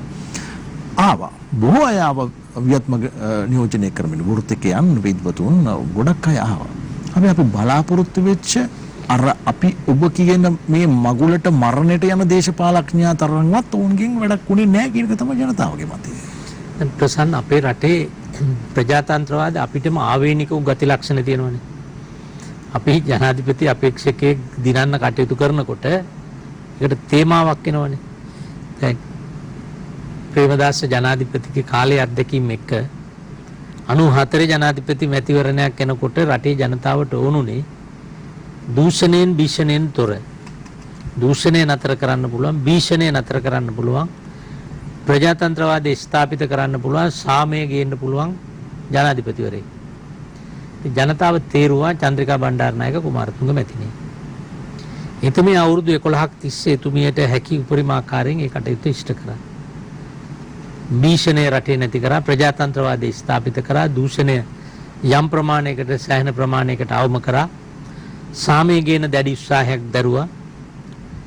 ඊළඟට 2005 ජනාධිපතිවරණයකට ජනතාව ඉල්ලුවේ යුද්ධයක් කරලා දිනන්න පුළුවන් ජනාධිපති කෙනෙක්. ඒ කියන්නේ මේ රටේ සාමයෙන් මේක ඉවර කරන්න බෑ. ඒක නිසා යුද්ධයෙන් දිනන්න ඕන. 94 බැලුවේ සාමයෙන් දිනන්න පුළුවන් ක්‍රමවේදයක් නේ. 2005 දී වුණා යුද්ධයෙන් මේක දිනන්න පුළුවන් කෙනෙක්. ඒතර මහින්ද රාජපක්ෂ මැතිතුමා ජයග්‍රහණය කෙරුවා ජනතාව. ඒකේ ප්‍රතිඵල ජනතාවට ලැබුණා, යුද්ධ ජයග්‍රහණයක් ලැබුවා. නමුත් ඔහු දෙවන වතාවේ ජයග්‍රහණය කරලා 18 වෙනි සංශෝධනය ගෙනාවට පස්සේ තනිකර එතුමාගේ ගමන් මඟ වෙනස් වුණා. ජනතාවට ඒ දේශපාලනේ තිත්ත වුණා. ඒක නිසා තමයි එතුමාට අවුරුදු දෙකකට කලින් ඡන්දයකට යන්න සිද්ධ වුණේ. ඒ ඡන්දෙට යනකොට ජනතාව ඉල්ලුවා නිර්පාක්ෂික ජනාධිපති කෙනෙක්. ජනතාවගේ කාලෙන් කාලට මේ ඉල්ලන දේවල්. එතකොට මෛත්‍රීපාල සිරිසේන ජනාධිපතිතුමා එතුමා ශ්‍රී ලංකා නිදහස් පක්ෂ මහලේකම් විදියට ඉඳලා නිර්පාක්ෂික කරලා ජනාධිපති මැතිවරණයේ පොදු අපේක්ෂකය කරලා එතුමා ජයග්‍රහණය කරා. ඒක ලොකු පරිවර්තනයක් කරේ. මොකද 3/2ක බලයක් තිබුණ ආණ්ඩුවක් පළාත් සභා 8ක බලය තිබුණා. පළාත් පාලන ආයතන 80ක බලය තියෙද්දි තමයි මේ වෙනස මේ ජනතාව මේ රටේ කරේ. නමුත් එතුමාත් ඇවිල්ලා නිර්පාක්ෂිකයි කියලා කිව්වට ඒ විවස්ථාව අනුව එතුමා සභාපති වෙනවා ශ්‍රී ලංකා නිදහස් පක්ෂෙත් එක්සත් ජනතා නිදහස් සන්ධානෙත්. එතකොට එතුමාට එතෙන්දී දේශපාලනීකරණය වෙන්න සිද්ධ වුණා. එතකොට ඒ අවස්ථාවේදී අපි 19 සම්මත කරගත්ත. ඇත්තටම 19 මුල අවුරුදු 3ක් විතර යනකම් ඉතාමත් හොඳට සාර්ථකව කරගෙන ආවා. අවසානයේදී අගමැතිවරයාත් ජනාධිපතිවරයාත් අතර යම්කිසි බලය සඳහා යම්කිසි තිබුණානේ අරගලයක්. ඒකේ ප්‍රතිඵලයක් විදිහට තමයි රට යම්කිසි අරාජික තත්වයකට පත් වුනේ. ඒ වෙලාවේ තමයි මේ පාස්කු ප්‍රහාරය එල්ල වුණේ. ඔබට මතක ඇති. ඒකත් අපි බලාපොරොත්තු වෙන දෙයක්.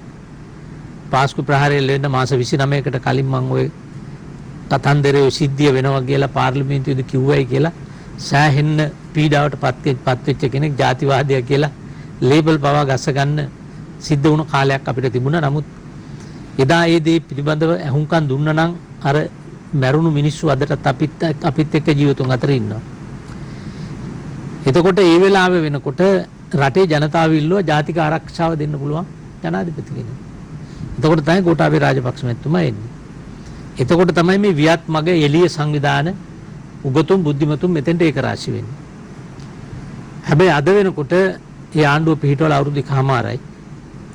අද වෙනකොට ජනතාවට වැටහිලා තියෙනවා මේක මේ උගත්කම තිබුණ පළියටම වියත්කම තිබුණ පළියටම දේශපාලනය කරන්න බෑ. දේශපාලනයේට අත්‍යවශ්‍ය උගත්කම ඕන. ඒ වගේම දේශපාලන දැනීම, දේශපාලන අත්දැකීම් තියෙන්න ඕන. දේශපාලනයේ පරිණතභාවයක් තියෙන්න ඕන.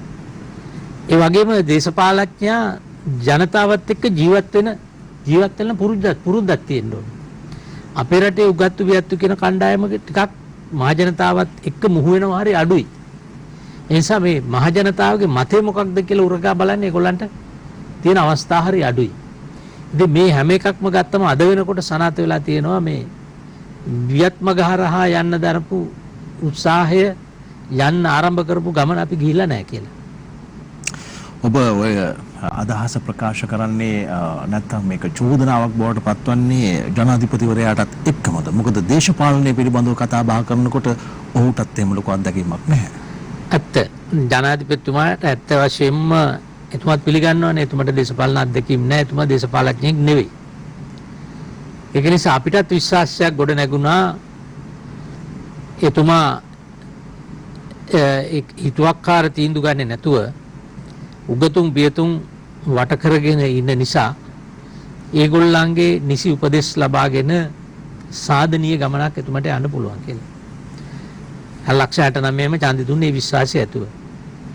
හැබැයි ඉතින් එතුමා ආරම්භ කරනකොටම අපිට යම්කිසි සැක සංකා ඇති වුණා.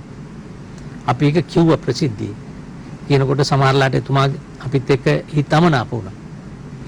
මහ බැංකුවට නිවාඩ් කබ්‍රාල් වගේ ඊ타මත්ම අදූරදර්ශී දූෂිත නිලධාරියෙක් පත් කරනකොට ඒ වගේම පී.බී. ජයසුන්දර වගේ කෙනෙක් ජනාධිපති ලේකම් කරනකොට අපි මේ අනතුරු ඇඟෙව්වා.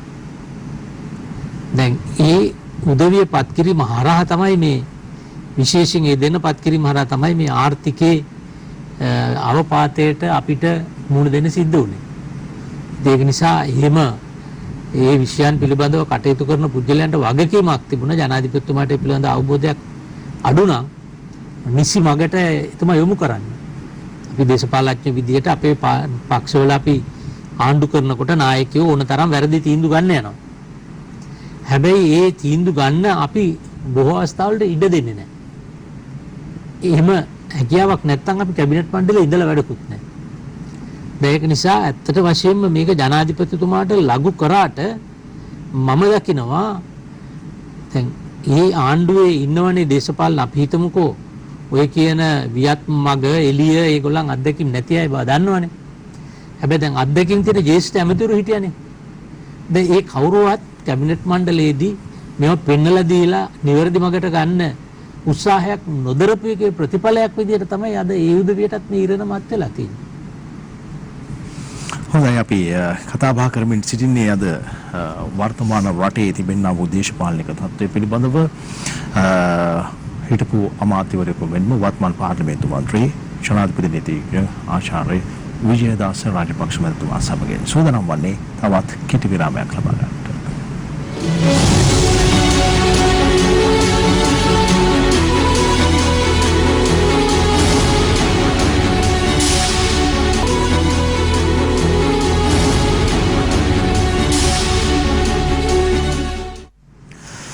අපි ශ්‍රී ලාංකීය කැළඹෙන දේශපාලනයේ කතාව සුලිය සෞන්දර්ය දිනේදී අපි කතා බහට එක් කරගත්තේ ශ්‍රී ලංකා පොදුජන පෙරමුණේ පාර්ලිමේන්තු මන්ත්‍රී හිටපු අමාත්‍ය ජනාධිපති නීතිඥ ආචාර්ය විජයදාස රාජපක්ෂ මන්ත්‍රීතුමන් අපි විරාමයට කලින් අපි මේ කතා බහ නැවතුනේ දේශපාලඥයා කියන පුද්ගලයා කවුද ඔහු මනවින් Tamanගේ කාර්යභාරය තීරුම් අරගෙන තිබෙනවාද උසස් දේශපාලන සංස්කෘතියක් බිහි කරන්නට යයි කියා ගනිමින් අපේ විද්වතුන් බුද්ධිමතුන් වෘත්තිකීන් එකතු කරගත්තාට ඒ ප්‍රතිඵලය අපිට සැබවින්ම භුක්ති විඳින්නට පුළුවන් වුණාද කියන කාරණය. මන්ත්‍රීතුමනි දැන් මෙහෙම කතා කරමු අපි යමු 2015 දී කරපු වෙනස. දැන් සැමෝටම අවශ්‍ය වුණා 2015 දී වෙනසක් කරන්නට. ඊළඟට මේ වෙනස නිකන් නෙමෙයි ඔවුන් බලාපොරොත්තු වුණේ. ඒ මැතිවරණ වේදිකාවේදී අපි දැක්කා ශ්‍රී ලංකා නිදහස් පක්ෂයේ මාලේකම්වරයා ජනාධිපති ධූර අපේක්ෂකයා බවට පත් වෙලා ඔහු ජනාධිපති ධූරයට පත්වීමෙන් පසුව නොයෙකුත් ප්‍රශ්න ඇති වුණත් අද වර්තමානයේදී වගේ කිව්වත් අව්‍යවස්ථා විරෝධී කිව්වත් එවකට එක්සත් ජාතික පක්ෂයේ නියෝජනය කරමින් අපේක්ෂකත්වය දරපු රනිල් වික්‍රමසිංහ මැතිතුමන් අගමැති ධූරයට පත්වීමත් ඔවුන්ට නායකත්වය ලබා දෙමින් මේ දෙදෙනාගේ සුසංයෝගයේ මත මේ පක්ෂ දෙක එකට එකතු කරගෙන අවශේෂ පක්ෂත් එකතු කරගෙන අපිට ජාතික ආණ්ඩුවක මුහුණුවරක් අරගෙන රටේ ප්‍රශ්න වෙනස් කරන්නට නැත්නම් ඒවා විසඳන්නට අවශ්‍ය කරන පරිසරය හදාගන්නට පුළුවන් කියන කාරණේ. වර්තමානයේදීත් ඔබතුමන් අතෙන් කියවුණා මේක අපි බෙදලා ඉවර වෙලා හරියන්නේ නැහැ. මේක අපි එකට එකතු වෙලා විසඳන්නට අවශ්‍යයි. මුළු පාර්ලිමේන්තුවම අපි කාරක සභාවක් බවට පත් කරගෙන මේක කරන්නට අවශ්‍යයි.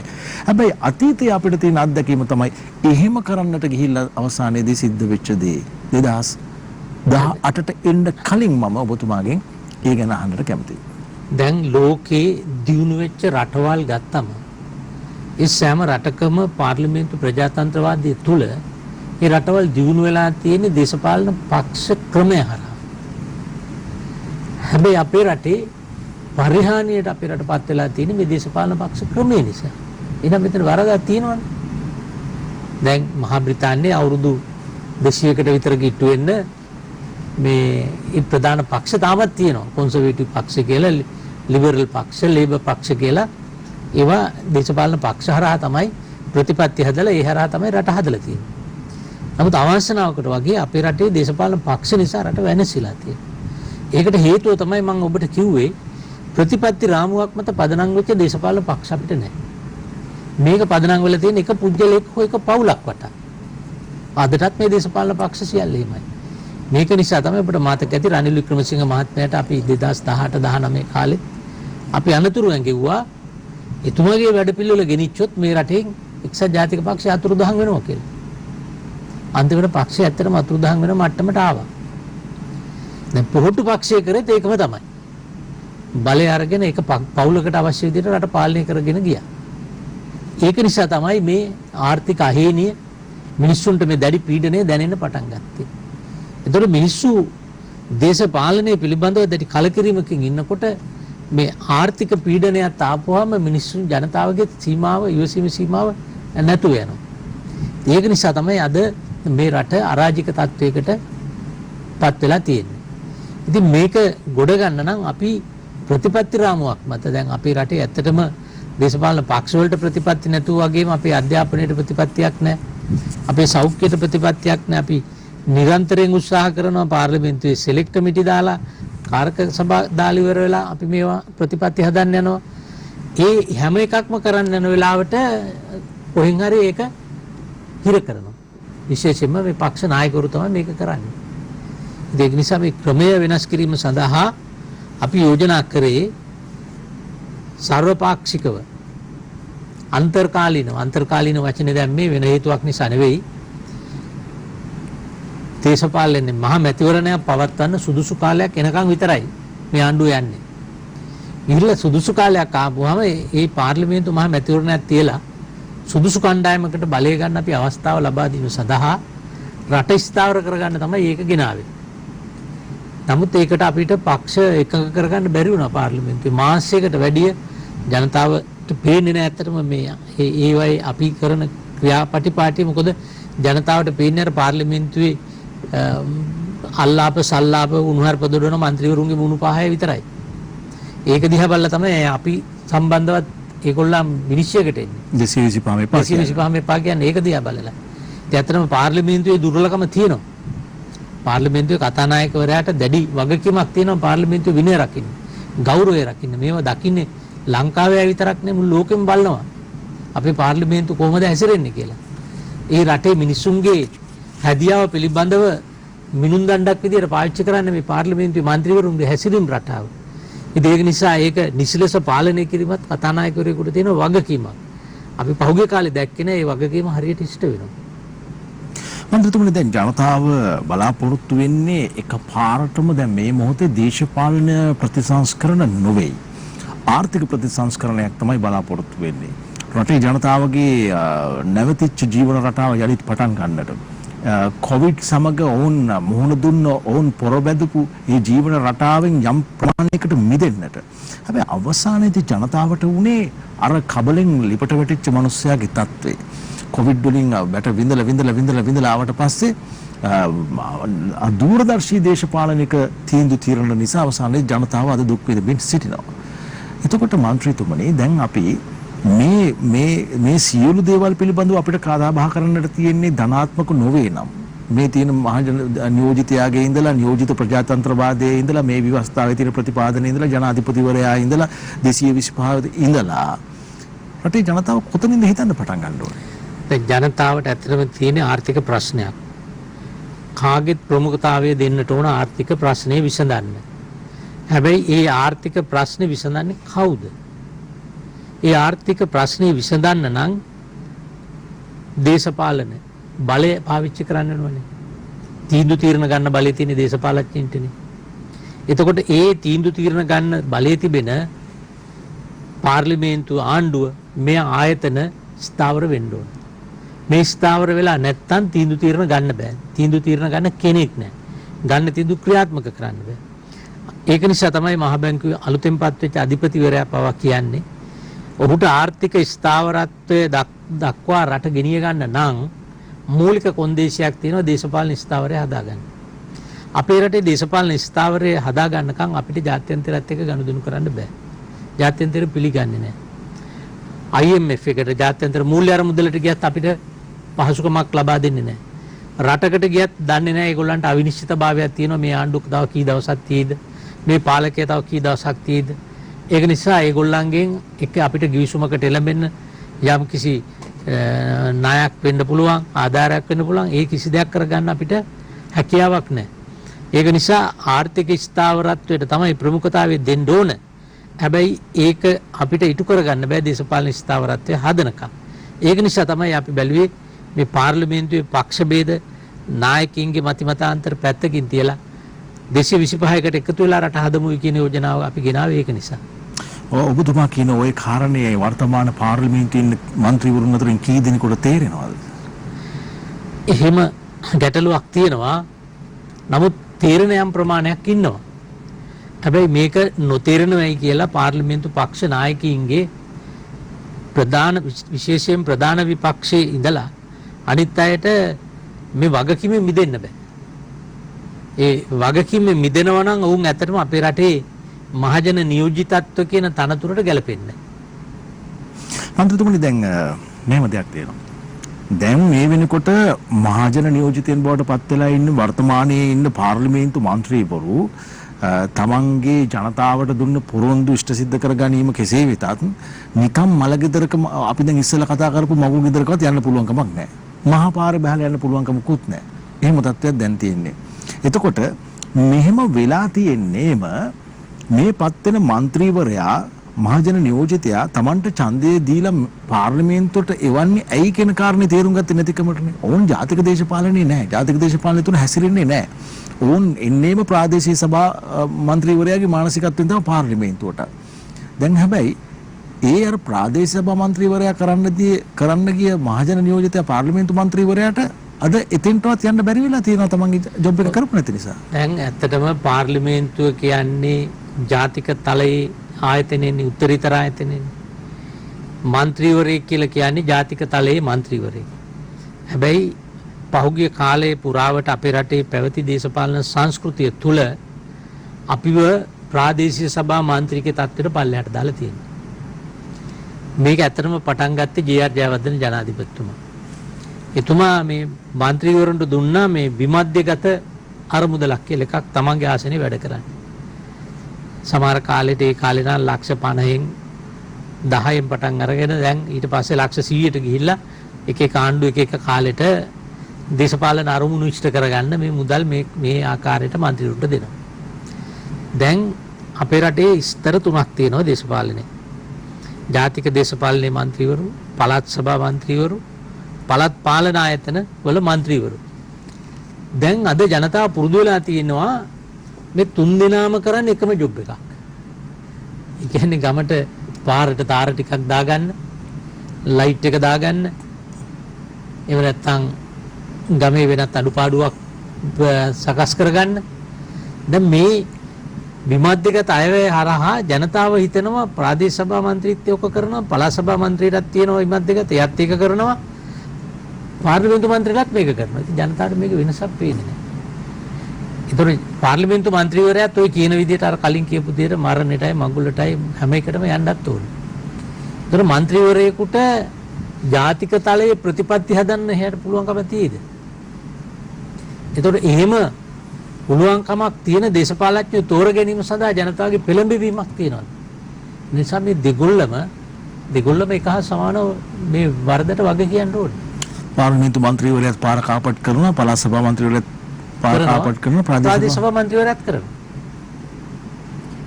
පාරවල්මයි කාපට් කරන්නේ. මොකද අපි ඒක දන්නවා. ඒක හංගන්න දෙයක් නෑ. මොකද යම් කිසි ලොකු කොමිස් එකක් ගන්න තියෙන ක්‍රමවේදය තමයි පාර. මොකද ගිය අවුරුද්දේ දාපු පාරටත් මේ අවුරුද්දේ තාර දානවා. ඉතින් මේකයි මේ ක්‍රමවේදය අපි නතර කරගන්න ඕනේ. මොකද මන්ත්‍රීවරු දැන් පාර්ලිමේන්තුවට යවන්නේ පාරවල් වලට තාර දාන්න නෙවෙයිනේ. රට මෙන්න මේ වගේ ආර්ථික අර්බුද වලට යන්න නොදී ආර්ථිකය පිළිබඳව හොඳ දැක්මකින් විමර්ශනයකින් ඉඳලා ප්‍රතිපත්ති හදලා නීති හදලා ක්‍රමවේද හදලා රට සංවර්ධනය කරන්න. රට ආරක්ෂා කරන්න. අද ජනතාව මන්ත්‍රීවරයෙක්ගෙන් ඒක බලාපොරොත්තු වෙන්නේ නැහැ. බලාපොරොත්තු වෙන අර කලින් කියපු සිල්ලර ටික. මන්ත්‍රීතුමනි ඔබ තුමන් පිළිබඳව කතා බහ කරනකොට වැඩියෙන්ම අපිට මේ කතා බහ කරන්නට සුදුසුම දේ තමයි මේ ව්‍යවස්ථාව. ඔබතුමන් මේ පිළිබඳව විශාරදයෙක් විශේෂඥයෙක්. දැන් අපි 1978 ආණ්ඩුක්‍රම ව්‍යවස්ථාවට 20 වතාවක් අපි පැලැස්තර යොදලා තිබෙනවා. දැන් 21 වෙනි වතාවටත් අපි ඒකටම තමයි සූදානම් වෙන්නේ. මන්ත්‍රීතුමනි දැන් මෙහෙම දෙයක් තිබෙනවා. දැන් මේ දේශපාලන ස්ථාවර භාවය පිළිබඳ කාරණයක් කතා බහ කරා. ඇත්ත. ජාත්‍යන්තරයත් අපි ණය ඉල්ලන්න ගියාම කිව්වේ ගෙවන විදිය කියපන්. එතකොට කොහොමද ගෙවන විදිය අපි හරිගස්ස ගන්නේ? රටේ ආර්ථිකය ශක්තිමත් කරලා. ආර්ථිකය ශක්තිමත් කරන්නේ කොහොමද? ඔබතුමන් කිව්වා වගේ දේශපාලන ස්ථාවර භාවයක් අපිට තියෙන්නට අවශ්‍යයි. නමුත් බොහෝ වෙලාවට මේ තියෙන මැතිවරණ ක්‍රමයේ යටතේ දේශපාලන ස්ථාවර භාවය කියන එක රැකගන්නට අපහසුතාවයක් තිබෙනවා. අපි 19 වෙනි ආණ්ඩුක්‍රම ව්‍යවස්ථා සංශෝධනයෙන් ස්වාධීන කොමිෂන් සභා ඇති කරලා බොහොම සාධනීය කරුණු කාරණා ගොඩක් ඉදිරිපත් කරලා ඊළඟට තිත තිබ්බේ 20 ගෙනල්ලා මැතිවරණ ක්‍රමය වෙනස් කරමු කියලා. හැබැයි ඒක සිද්ධ වුණේ නැහැ.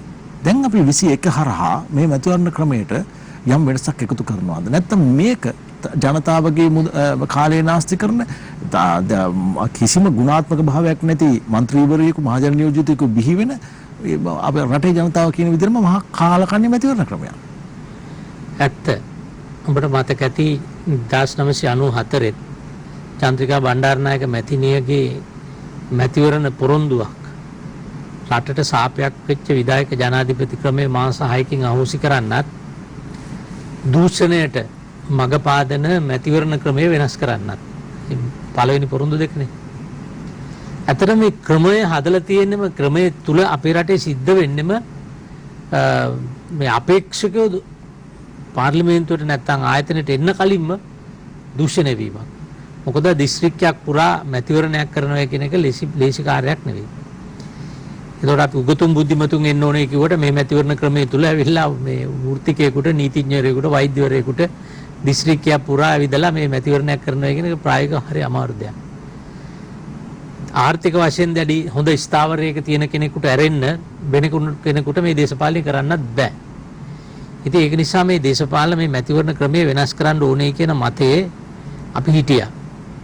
ඔබට මතක ඇති දිනසිය ආණ්ඩුවේ අපි 19 වෙනි ආණ්ඩුක්‍රම ව්‍යවස්ථාව සංශෝධනය කරලා ඒක සම්මත කර ගනිද්දී අපි විපක්ෂයේ සමහර පක්ෂත් එක්ක එකඟතාවයකට ඇවිල්ලා හිටියා. ඒක තමයි පාර්ලිමේන්තුව විසිරවන්න කලින් මැතිවරණ ක්‍රමය වෙනස් කරනවා කියලා. ඒ සඳහා අපි පනත් කෙටුම්පතක් පාර්ලිමේන්තුවට ඉදිරිපත් කරලා තිබුණේ 20 වෙනි සංශෝධනය ඉදිරිපත් කළා. ඒ 20 වෙනි සංශෝධනය ඉදිරිපත් කරලා තියෙද්දී අපේ කිසි අනුදැනුමක් නැතුව තමයි හිටපු ගමන් උදේ තමයි අපි දන්නේ පාර්ලිමේන්තුව විසිරවලා තියෙනවා කියලා. ඉතින් පක්ෂ ඒ රටේ රාජ්‍ය නායකයෝ කරපු දේවල් වල ප්‍රතිවිපාක අද අපිට භුක්ති විඳින්න වෙලා තියෙනවා. මන්ත්‍රීතුමනි අපි එතකොට කොහෙන්ද පටන් ගන්නෙ මේ ව්‍යවස්ථාවට මේ මැතිවරණ ක්‍රමය වෙනස් කරන එක? දැන් යෝජනා කරන්නේ කොයි වගේ ක්‍රමයක්ද? අපි ඇත්තටම ඒ දක්වා යන්නේ නැහැ. මොකද මේ අවස්ථාවේදී තියෙන්නේ හදිසි අවශ්‍යතාවය. ඒ හදිසි අවශ්‍යතාවයේදී පාර්ලිමේන්තුවට කැබිනට් මණ්ඩලයට බලය ලබා ගැනීමේ අවශ්‍යතාවය තියෙනවා. ඒ නිසා පොදුවේ යම් එකඟතාවයක් තියෙනවා ශ්‍රේෂ්ඨාධිකරණය විසින් කලින් පෙර නඩු තීන්දුව මගින් ඒ පිළිබඳව නිර්ණායකයන් ඉදිරිපත් කරලා තියෙන නිසා මතභේදකාරී දේවල් වලට යන්නේ නැතුව පහසුවෙන් සම්මත කරගන්න පුළුවන් 19 ආකෘතියේ 19 සංශෝධනයේ ආකෘතියේ සංශෝධනයකට විතරයි යන්නේ. ඒ ගිහිල්ලා අපිට මේ මුලින්ම ආණ්ඩුක්‍රම ව්‍යවස්ථා පිළිබඳව අපේ කාලය නැත්තම් අවධානය යොමු කරන්නට කලින් ඉස්සෙල්ලා මේ රටේ ආර්ථික ප්‍රශ්නය කෙරෙහි අවධානය යොමු කරන්න ඕනේ. නීති ආධිපත්‍ය කෙරෙහි අවධානය යොමු කරන්න ඕනේ. ඒ දෙක කරගෙන යන අතරේ තමයි ඔය ඔබ කියපු කාරණේ පිළිබඳව අපිට සාකච්ඡා කරන්න වෙන්නේ. හොඳයි අපි අපේ තුන්වෙනි විරාමයට යමු. අපි කතා බහ කරමින් සිටින්නේ අද දිනේදී විශේෂයෙන්ම වර්තමාන දේශපාලන තත්ත්වය පිළිබඳව කතා බහ කරනකොට අපි ඉක්මනින්ම දේශපාලනික වශයෙන් ගත යුතු තීන්දුව తీරන මොනවද, ආර්ථිකය අපි යහපත් තත්ත්වයට ගෙන්න ගන්නට අවශ්‍ය කරන කරුණු කාරණා මොනවද, මේ පිළිබඳව අපි වැඩියෙන් අවධානය යොමු කළ යුත්තේ කොයි විදිහටද කියන කාරණේ සම්බන්ධයෙන් වර්තමාන පාර්ලිමේන්තු මන්ත්‍රී හිටපු අමාත්‍ය ජනාධිපති නීතිඥ ආචාර්ය විජේදාස රාජපක්ෂ මැතිතුමන් සමගින්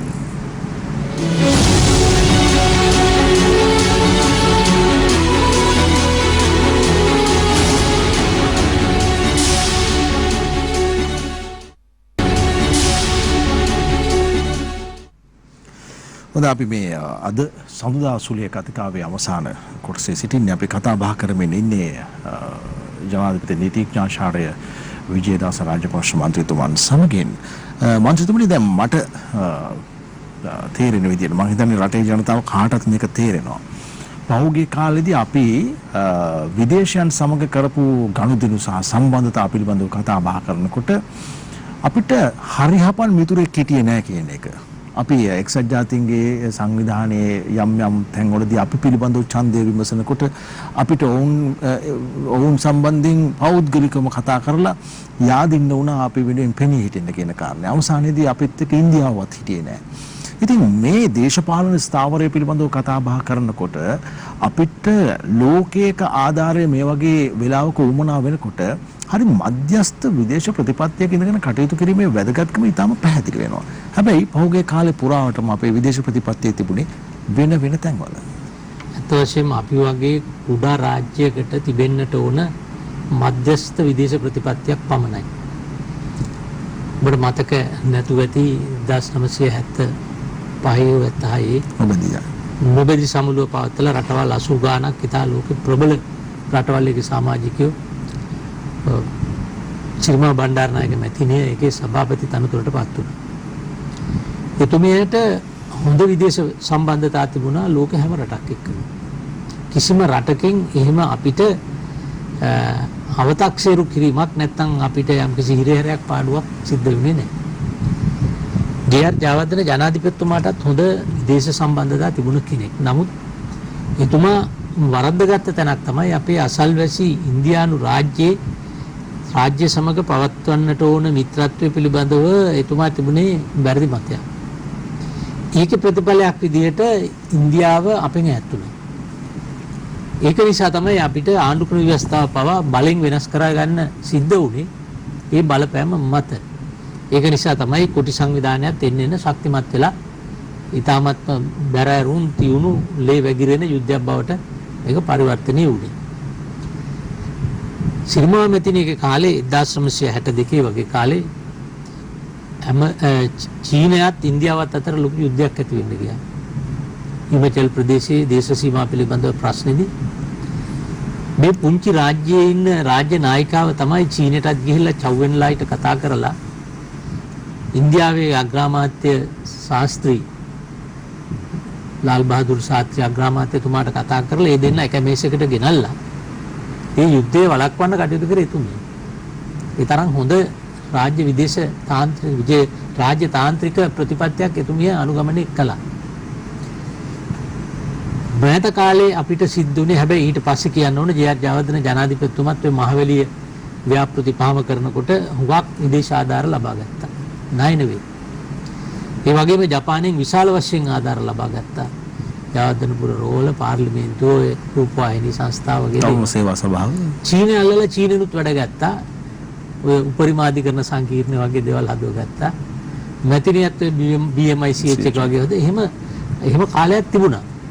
හැබැයි පහුගිය කාලේ 2005න් පස්සේ මේ තත්ත්වය අපිට අගතිදායක ලෙස වර්ධනය වුණා. ඒ වර්ධනය වෙන්න හේතුව තමයි 2006-7 කාලේ හම්බන්තොට වරායෙන් පටන් ගත්ත ණය ගැනිල්ල වාණිජ මේ පොලි අනුපාතය මත දිගින් දිගටම ණය ගත්තේ ඵලදායීතාවයක් නැති ව්‍යාපෘතිවල. ඒතකොට චීනයේ ඒ ණය ලබා ගැනීම හේතුවෙන් අපි ආර්ථික වශයෙන් හිරවීමකට ආවා. ඒ හිරවීමකට ඇවිල්ලා වුන් ලෝක බලවතුන් වෙන්න යන ගමනේදී ඔවුන්ට උවමනාකම ලැබුණා මේ හම්බන්තොට වරායේ ආධිපත්‍යය උන්ට ගන්න. ඔබට මතක ඇති ඒ අවස්ථාවේදී මම ඒකට විරුද්ධ වුණ නිසා මම අමාත්‍ය ධූරයෙන් මාව ඉවත් කළා එදා රනිල් වික්‍රමසිංහ මැතිතුමා 2017 අගෝස්තු මාසේ. හැබැයි එදා ඒ කැබිනට් මණ්ඩලයෙන් එළියට එන කලින් මම පැහැදිලිව කිව්වා හම්බන්තොට චීන රාජ්‍යයේ ආධිපත්‍යයක් ඇති සමාගමකට අපි දුන්නොත් එහෙම මම මේ වෙලාවේ රටවල් වල නම් කියන්න අවශ්‍ය නැහැ. අහවල් රටවල් දේවල් අපෙන් ඉල්ලනවා. ඒව දුන්නේ නැත්තම් මේ රට ලේවිලාක් වෙන්නත් බැරි නෑ. ඒක නිසා අපි එක පැත්තකින් ණය උගුලක අපි හිර වෙනවා. අනිත් පැත්තෙන් අපි ලෝකේ බලවතෙක් වෙන්න උත්සාහ දරන පාර්ශවයේ පහසුකම් සපයන්නා බවට පත් වෙලා ලෝකේ අනිත් රටවල් වලින් අපිට පහර වදිනවා. දැන් ලෝකේ රටවල් මිත්‍රත්වයේ ලෙසින් තියාගත්තේ නැති වීමේ ප්‍රතිඵලයක් විදිහට 2015 අපි බලයට එනකොට අපිට GSP සහනේ නෑ ඇමරිකාව යුරෝපා සංගමයක නතර කරලා තිබුණේ. අපිට මත්ස්‍ය අපනයන යුරෝපයට නතර කරලා තිබුණේ.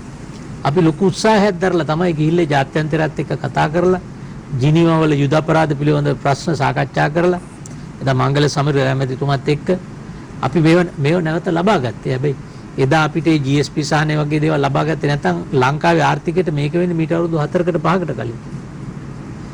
ඉතින් ඒ නොබැදි විදේශ ප්‍රතිපත්තිය අපි පවත්වාගෙන යන්න ඕනේ. ඒ නොකරපු එකේ ප්‍රතිඵලයක් විදිහට පැහැදිලිවම හම්බන්තොට ගිවිසුම හම්බන්තොට වරය දුන්න නිසාම තමයි ඇමරිකා එක්සත් ජනපදයේ MCC ගිවිසුම අරගෙන ආවේ. ඒක නිසාම තමයි ඉන්දියාව ඇවිල්ලා අපිට කොළඹ නැගෙනහිර ජැටි ඕනයි කිව්වේ. අදටත් ඒ හම්බන්තොට දීමේ ප්‍රතිඵලයක් විදිහට ජාත්‍යන්තර වශයෙන් අපි යම් කිසි මට්ටමකට කොන්ක්‍රීමකට සිද්ධ වෙලා තියෙනවා. ඒක නිසා මේ ජාත්‍යන්තරේ නැවත අපි දිනා ගන්න ඕනේ. කුඩා රාජ්‍යයක් විදිහට අපිට රටවල් එක්ක හැප්පෙන්න බෑ. මේක බුද්ධියත් එක්ක යන ගමන. ගේ පතේ හයියෙන් කරන්න බෑ. ඒ නිසා අපිට ඉතාමත්ම ගැළපෙන විදේශ ප්‍රතිපත්තියක් හදාගත යුතුව තිබෙනවා. මන්ත්‍රීතුමනි දැන් අපි මේ රටවල් සමග කරන ගනුදෙනුව දැන් ඔය ඔබතුමන් ගත්ත කාරණේ ඒ කියන්නේ හම්බන්තොට වරාය චීනයට පැවරීම නැගෙනහිර පාරයන්තේ බැරනම් බටහිර පාරයන්තේ ඉන්දියාවට දෙන එක තෙල් ටැංකි ටික ඉන්දියාවට දෙන එක අපි තවත් දේවල් තිබෙනවා නම් අපිට දෙන්න පුළුවන් හැම තැනටම දෙන එක වගේ එකක් තමයි එන්නේ අදහස. නමුත් දැන් අද මේ වන විට මම හිතන්නේ අග්‍රාමාත්‍යවරයා කරපු ප්‍රකාශයේ සඳහන් වෙනවා ශ්‍රී ලංකන් වැනි ආයතන අපි පෞද්ගලීකරණය කරන්නට අවශ්‍යයි කියන කාරණය. ඒ එකක් විතරයි. තව ටිකක් ඉස්සරහට යනකොට තවත් බොහෝ දේවල් පෞද්ගලීකරණය කරන්නට පුළුවන්කම තිබෙනවා. ඔබතුමන්ගේ අදහස මොකද්ද? මේ දැන් ඔබතුමන් නියෝජනය කරන්නේ මැතිවරණ සමයේදී පෞද්ගලීකරණය කරපු ඒවා පවා නැවත ගන්නවා. වික්කේව පවා නැවත ගන්නවා. හම්බන්තොට වරාය පවා නැවත ගන්නවා. එකක්වත් කිසිම මේ විදේශ සමාගමකට හෝ පෞද්ගලික ආයතනයකට හෝ දෙන්නේ නැහැ කියන මැතිවරණ පොරොන්දුවක් දුන්න පක්ෂයක්. හැබැයි දැන් ඒ පක්ෂයට සිද්ධ වෙලා තියෙනවා පෞද්ගලීකරණය කියන කාරණය පිළිබඳව ඉතා ඉහළින්ම කතා කරන අග්‍රාමාත්‍යවරයෙක් එක්ක වැඩ කරන්නේ.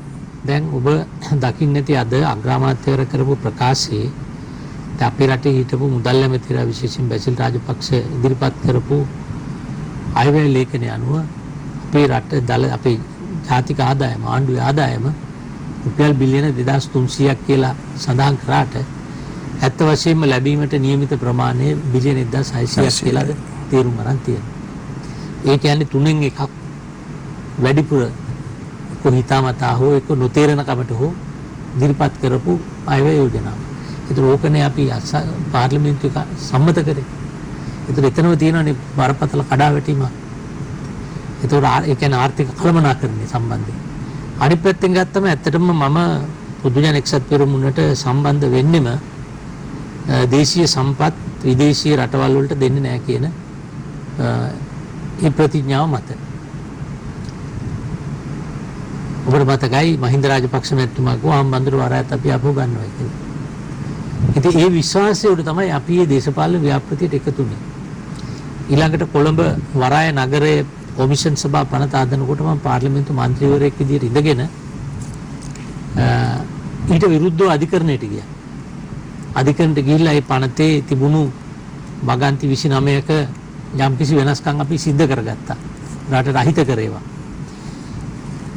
දැන් මේකෙන් අපි අදහස් කරන්නේ රජයේ අත්‍යවශ්‍ය සේවාවන් කිසිවක් පෞද්ගලිකකරණය කළ යුතුයි කියන මතේ මම පෞද්ගලිකව නැහැ.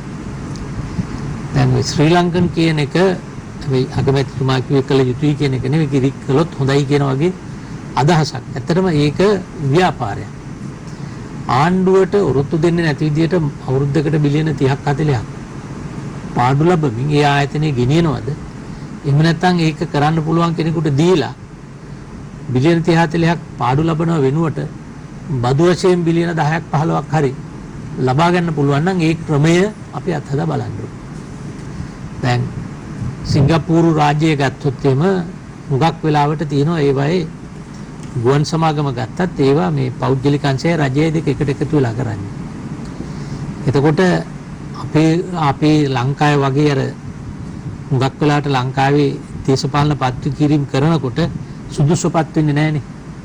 දේශපාලන සම්බන්ධතාවය මත, ගැතිභාවය මත, පාක්ෂිකභාවය මත නිපත් කරන්නේ. නමුත් ඒ රටවල එහෙම කරන්න බෑ. ඉතින් මේ ක්‍රමේ නිසා තමයි මේ ආයතන ඇත්තටම බිඳ වැටුනේ. ශ්‍රී ලංකන් උනත් එහෙමයි. ශ්‍රී ලංකන් පහුගිය කාලේ දිගටම බිඳ වැටුනේ මේ දේශපාලන සම්බන්ධතාවයේ දේශපාලන හිතවත්කම මත තමයි මේවා මූලික පත්වීම් ටික කරන්නේ. ඉතින් ඒක පිළිබඳව ආණ්ඩුවක් විදිහට නෙවෙයි ජනතාවත් මේක හොයලා බලන්න ඕනේ. දැන් අපිට මේ ප්‍රජාතන්ත්‍රවාදයේ මේ මට්ටමට ඇද වැටෙන්න එක හේතුවක් නේ ජනතාවගේ සහභාගීත්වයක් නැතිකම. එක පැත්තකින් ජනතාවගේ සහභාගීත්වයක් නැහැ. ඡන්දේ දීලා ඊළඟ ඡන්දේ වෙනකම් බලාගෙන ඉන්න ඕගොල්ලන්ට ඕන දෙයක් කරන්න අපි ඊළඟ ඡන්දෙදි සලකලා බලන්න කියලා. ඒ මැදිහත් වීමක් තිබුණේ නැහැ. ඒ කියන්නේ පාටිසිපේටරි ඩෙමොක්‍රසි කියන එක අපේ රටේ නැහැ. දැන් යම් මට්ටමකට ඇවිල්ලා තියෙනවා. දැන් මේ තරුණ අරගලයත් එක්ක ඒගොල්ලෝ මේ දේශපාලන ක්‍රියාදාමයට අනිවාර්යයෙන් මැදිහත් වෙන්න ඕනේ. ඒකෙදි මේ පාර්ලිමේන්තු මන්ත්‍රී වෙලා නැත්තම් දේශපාලන මේ මහජන නියෝජිතයෙක්ම වෙලා එනවා කියන එක නෙවෙයි අදහස් කරන්නේ. ආණ්ඩුව විසින් කරනු ලබන ප්‍රධාන කියන්නේ වැදගත් කාරණා සම්බන්ධව ජනතාවත් එක්ක තියෙන්න ඕන සංවාදයක්. ජනතාවගේ සහභාගීත්වයක් තියෙන්න ඕන. දැන් අපිට මතක ඇති යහපාලන කාලේ අපි මේ දේ කළා. අපේ අධිකරණ අමාත්‍යාංශයේ විදියට විශාල සංඛ්‍යාවක් කියන්නේ දින 100 කාලේ තමයි ලංකාවට හිතකර වැඩිම පනත් ගන්න අපි සම්මත කරගත්තේ. 19 වෙනි සංශෝධනය අවුරුදු 30කට වැඩි කාලයක් තිස්සේ ගේන්න උත්සාහ දරලා බැරුව හිටපු ඖෂධ ප්‍රතිපත්ති පනත අවුරුදු 10කට වැඩි කාලයක් තිස්සේ අපි උත්සාහ කරපු තොරතුරු දැනගැනීමේ පනත අවුරුදු 15කට වැඩි කාලයක් තිස්සේ හිර වෙලා තිබුණු වින්දිතයන් සහ සාක්ෂිකරුවන් ආරක්ෂා කර ගැනීමේ පනත. ඒතකොට දුම්කොළ සංශෝධන පනත මේ ටික ඔක්කොම ගෙනාවේ අපි හැමෝම එකම කතා කරා. ඔබට මතක ඇති සයිටම් පනත මං ඉදිරිපත් කරනකොට කොතලාවල විශ්වවිද්‍යාල සංශෝධන පනත සයිටම් එකේ දරුදැරියන් 950 ගණක් අනාගතයේ සම්පූර්ණ රැඳී තිබුණේ ඒ වෛද්‍ය වෘත්තිකේ සහතිකය ලබා ගැනීම මගින්. ඒතකොට ඒගොල්ලන් අසරණ වෙලා අවුරුදු 3ක් කාලයක් පෙළපාලි උද්ඝෝෂණ 410ක් මේ මහා පාරවල් වල. ඒ තිබිච්ච ප්‍රශ්නේදී අපි සම්පරතක් සම්මත කරලා මුළු පාර්ලිමේන්තුවේ විපක්ෂයම විරුද්ධව කෑ ගහද්දී එකින් එක කරුණු පැහැදිලි කරලා දුන්නට පස්සේ ඒ පනතට විරුද්ධව අත උස්සන්න කෙනෙක් හිටියේ නෑ. ඊට අදාළ සියලු ආයතන සියලු සංඝම් එක්ක මම කතා කරා. වෘත්තීය සමිතිද විද්වතුන්ගේ කියන්නේ විශ්වවිද්‍යාල ගුරුවරුන්ගේ සංගම්ද මේ හැම එකක් එක්කම කතා කරලා අපි කරා. අන්න එතන තමයි ඒකේ සාර්ථකත්වය තිබුණේ. මොකද මේක ජනතාව මේකට සම්බන්ධ කරගන්න ඕනේ. නැත්නම් ජනතාව ඉන්නේ අඳුරේ. සමහරලාට අපි ගේන පනත හෝ අපි ගේන ප්‍රතිපත්තිය ජනතාවට ආත්ම හිත කරයි. හැබැයි ජනතාව දැනුවත් වෙලා නැහැ. ඉතින් ඒක නිසා අපි මේ තරුණ ප්‍රජාව තරුණ විතරක් නෙවෙයි තරුණ වගේම අපේ රටේ වෘත්තිකයන් ඒ වගේම අධ්‍යාපන ශාස්ත්‍රඥයෝ මේ හැමෝම සම්බන්ධ කරගන්න ඕනේ. මේ ක්‍රියාදාමයකට යෑම සඳහා තමයි අපි උත්සාහ කරන්නේ දේශපාලන පක්ෂ ભેදයකින් තොරව පක්ෂ පොඩ්ඩක් පැත්තකින් තියලා පක්ෂ වලට විවේක ගන්න කියලා මේ රටේ සියලු දෙනාට එකට එකතු වෙලා රට ගොඩ ගැනීමයි කියන තේමාව උඩ තමයි කටයුතු කරන්න අපි උත්සාහ කරන්නේ. හොඳයි මන්ත්‍රීතුමනි ඔබතුමන් ජනාධිපති නීතිඥවරයෙක් නීතිය පිළිබඳව විශාරදයෙක් ඒ වගේම ඔබතුමන්ගේ පැත්තෙන් අරගෙන බැලුවොත් ඔබතුමාට එක් කලකදී අධිකරණ අමාත්‍යාංශයේ භාරව තිබුණා.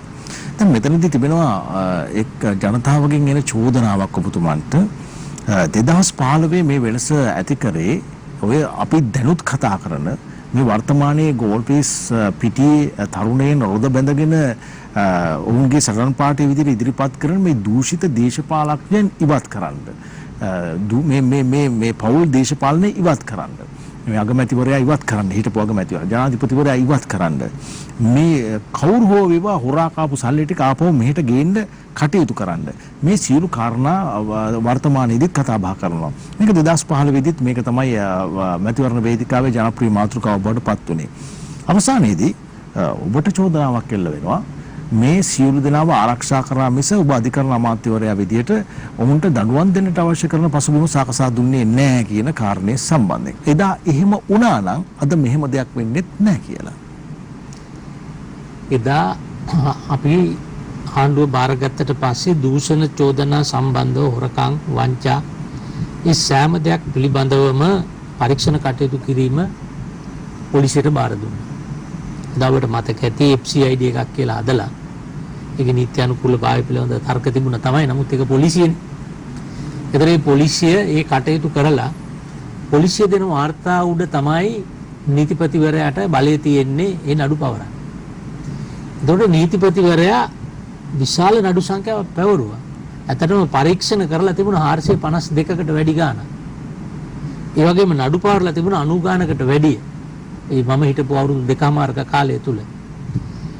එතකොට ඒ නඩු ඉදිරියට පවත්වගෙන යද්දි තමයි මේ ආණ්ඩුව ආවට පස්සේ යම්කිසි උපාලි අබේරත්න විනිශ්චයකාරතුමාගේ කොමිසමක් පත් කරලා ඒකේ නිර්දේශ මත කෙලේ නඩු ඉවත් කරගත්තා. ඒතර අපි ඉන්න කාලේ දාපු නඩු පවරපුවාම අනිත් නීතිපතිවරයාට මේ නඩුව පවරන්න එපෙයි කියලා කියන අධිකරණ ඇමතිවරයාට බලයක් නැහැ. නීතිපති දෙපාර්තමේන්තුව පටලව ගන්න හොඳ නැහැ. අපේ රටේ අධිකරණය වගේ ස්වාධීනව කටයුතු කරන දෙපාර්තමේන්තුවක්. ඒකට අධිකරණ ඇමතිවරයා විදියට මට කරන්න කළ යුතු දේ තමයි රටේ ඒ කටයුතු කරන්න අවශ්‍ය නීති හදලා දෙන්න. ඒ වගේම අවශ්‍ය පහසුකම් සපයන්න. ඒ කටයුත්ත කරා. ඒ පිළිබඳව කාගේවත් චෝදනාවක් නැහැ. හැබැයි එදා මට චෝදනාවක් තිබුණා. ඒ ප්‍රබල චෝදනාව තිබුණේ මේ දේශපාලඥයන්ට ආණ්ඩුවේ ඉන්න දේශපාලඥයින්ට ඕන විදියට අධිකරණය හසුරවන්න මැදිහත් වෙන්නේ නැහැ කියලා. කියන්නේ මේ රටේ අධිකරණ ඇමතිවරුන්ට චෝදනා තිබුණා නම් තිබුණේ අධිකරණට මැදිහත් උණයි කියලා. නීතිපති දෙපාර්තමේන්තුවට අනවශ්‍ය විදියට මැදිහත් උණයි කියලා. ඔබට මතක ඇතිනේ ෆීලික්ස් ලෑස් බණ්ඩාරනායක මහත්මයාගේ කාලේ ඉඳලා මේ රටේ ඕකනේ තිබුණේ. දැන් මට ගෙනාපු චෝදනාව ආණ්ඩු පක්ෂෙන්නේ ගෙනාවේ. විපක්ෂයට වැඩිය ගෙන ආණ්ඩු පක්ෂේ. ඒක තමයි මම දේශපාලඥයින්ගේ අවශ්‍යතාවයන්ට අනුකූලව අධිකරණයට නීතිපති දෙපාර්තමේන්තුවට මැදිහත් වීම බලපෑම් කරේ නැහැ කියන එක. එතකොට පොලිසිය පැමිණිලා පොලිසිය පරීක්ෂණයක් කරලා වාර්තාව නීතිපතිවරයාට දුන්නට පස්සේ නීතිපතිවරයා නඩු පවරනවා. අධිකරණය තමයි ඒකේ නිගමනයක් දෙන්න ඕනේ. දැන් මේ අපි පවරලා තිබුණු නඩු ටික තමයි මේ වර්තමානයේදී ඒ ඉවත් කරගත්තේ නීතිපතිවරයා ගිහිල්ලා. ඒක දෙය දේශපාලන බලපෑමක් කරා එක වුණා. ඒතර කාටද කියන්න පුළුවන් යුක්තිය ඉටු කිරීමේලා මම කටයුතු කරේ නැහැ කියලා. එහෙම කියනවනම් කියන්න ඕනේ එහෙම නොකරපු කාරණේ මොකද්ද කියලා. අධිකරණ ඇමතිවරයාගේ කාර්යභාරය තේරුම් ගන්න ඕනේ. පොලිස් ඇමතිවරයා කරන දේ කරන්න බෑ අධිකරණ ඇමතිවරයාට. පොලිසිය මගේ යටතේ තිබුණේ නැහැ එක දවසක්වත්. පොලිසිය පරීක්ෂණ කටයුතු කරලා ගෙනත් දුන්නොත් නීතිපතිවරයා කටයුතු කරනවා. මම කරපු දේ තමයි නීතිපති දෙපාර්තමේන්තුවේ මම කටයුතු බාර ගන්නකොට සාමාන්‍යයෙන් අපි කියන්නේ ඩිස්පෝසල් රේට් එකක් තියෙනවානේ. අවුරුද්දකට නඩු 1000ක් ආවොත් නඩු කීයක් ඒ අවුරුද්ද ඉවර කරනවා. ඒක තිබුණේ 65%. එතකොට ඒක මම 105ක ප්‍රතිශතයට වැඩි කරා.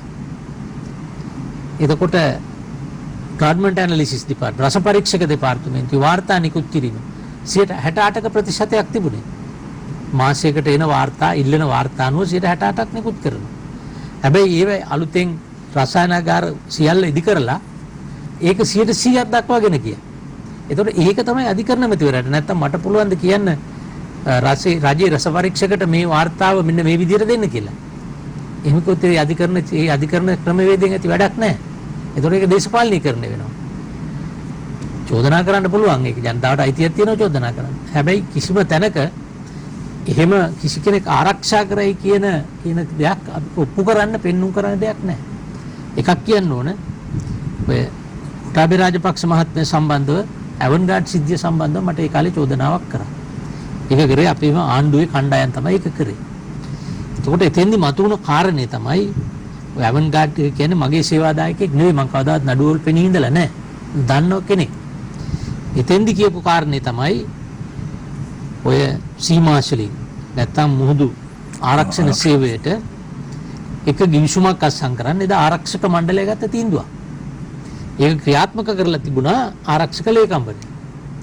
එතකොට කැබිනට් මණ්ඩලයේදී මේක මේ රාශිගතව කරපු දෙන්නේ කැබිනට් මණ්ඩලයේ ප්‍රසිද්ධිය ආපු දේ තමයි අගමැති ජනාධිපති මේ ඉදිරිපත් කරලා තිබුණු මතය අනුව එදා නීතිපති දෙපාර්තමේන්තුවේ යම් නිලධාරියෙක් මොවුන්ව ත්‍රස්තවාදයේ වැළැක්වීමේ පනත යටතේ අත්අඩංගුවට ගන්න පුළුවන්ද කියන එක. ඒක මම පැහැදිලිව කිව්වා බෑ කියලා. ත්‍රස්තවාදයේ වැළැක්වීමේ පනත යටතට ඒක ගැනෙන වරදක් එතන තිබුණේ නැහැ. හැබැයි මම එදා කිව්වේ මං කියන දේ පිළිගන්න එපා. මම කියන්නේ මතයක්නේ. ඇමතිවරයෙක් විදියට, නීතිඥවරයෙක් විදියට. හැබැයි නීතිපතිගෙන් උපදෙස් ගන්න. ඒතර නීතිපති දෙපාර්තමේන්තුව උපදෙස් දුන්නා. ඔවුන් දීලා තිබුණේ මම දරපු මතය. ඊට පස්සේ ඒක නොතකා ත්‍රිපුජ්‍යල මහාධිකරණයකට ගියා. ත්‍රිපුජ්‍යල මහාධිකරණයෙන් කියනවා තීන්දුවක් දුන්නා මේකේ කිසිදු පනතක් උල්ලංඝනය වෙලා නැහැ කියලා. ඒතර එහෙමනම් එදා මම කියපු දේ අධිකරණය විසින් ඔප්පු කරලා පෙන්නලා තියෙනවා. මන්ත්‍රතුමනි දැන් ඊළඟ කාරණේ අපි මේ ඊයේ පෙරේදා දැක්කා එවැනි කාරණා අපිට අනුමත කරන්නටත් බෑ සහ ඒක කොයිතරම් සමාජයට හානි කරද කියන කාරණේ. සාමාන්‍යයෙන් අපි කවුරුත් අහලා තියෙන කතාව තමයි ජේ.ආර්. ජයවර්ධන අග්‍රාමාත්‍යවරයා බලයටපත් වුණාට පස්සේ සතියක් විතර පොලිසියට නිවාඩු දීලා ඒ අදාළ අයට අදාළ කරුණු කාරණා ටික කරගන්නට ඉඩ දුන්නයි කියන කාරණේ. ඊයේ පෙරේද අපි දැක්කා පොලිසිය සහ නීතිය ක්‍රියාත්මක කරන්නා වූ ආයතන කිසියම් විදියකින් නිකන් ඉවත් වෙලා ඉඳලා වගේ මේ රටේ ගෝල් ෆේස් සිදුවීමේදී අදාළ අයට අදාළ කටයුතු කරගන්න දුන්නයි කියන කාරණේ. ඉන් අනතුරුව අපි දැක්කා සවස් භාගයේදී රටේ විවිධ කණ්ඩායම් පාරට බහැලා මහ ජනතාව යන වාහන නවත්තලා ඔවුන්ගෙන් එක එක ප්‍රශ්න අහලා හරි ලොකු කලබගෑනියක් කරා. ඒ මොහොතේ මන්ත්‍රීතුමනි ඇත්තටම රටේ නීතියක් ක්‍රියාත්මක වුණේ නැහැ. මෙවැනි තත්ත්වයන් ඉස්සරහට වෙන්න පුළුවන් කමක් නැහැ. මේ නීති ආධිපත්‍ය බිඳ වැටීම කියන කාරණේ සම්බන්ධයෙන් ගත්තොත් එහෙම හරි බරපතල අත්දැකීමකට අපිට මුහුණ දෙන්නට සිදු වුණා පහුගිය සතියේ. දැන් ඇත්තටම මේක ජේ.ආර්. ජයවර්ධන ජනාධිපතිතුමා දීපු නරක පූර්වාදර්ශයක්. ඊටාත්ම බරපතල කාරණයක් අර පොලිසියට නිවාඩු දෙනවා කියලා පාතාලයට මංකොල්ලකාරීන්ට ගෙවල් මංකොල්ල කන්න දුන්නා, ගිනි තියන්න දුන්නා, පලි ගන්න දුන්නා. ජේ.ආර්. ජයවර්ධන ජනාධිපති ඒක ඊටාත්ම කරපු හිතාමතා කරපු ම්ලේච්ඡ පහත් ක්‍රියාවක්. එතකොට ඔය ඇති කරපු දේශපාලන සංස්කෘතිය අපේ රටේ දිගින් දිගටම ක්‍රියාත්මක. හැබැයි චන්ද්‍රිකා බණ්ඩාරනායක මැතිණියක නතර කරා 94 දී කිසි කෙනෙක්ගෙන් පරිගන්න ඉඩ දුන්නේ නැහැ.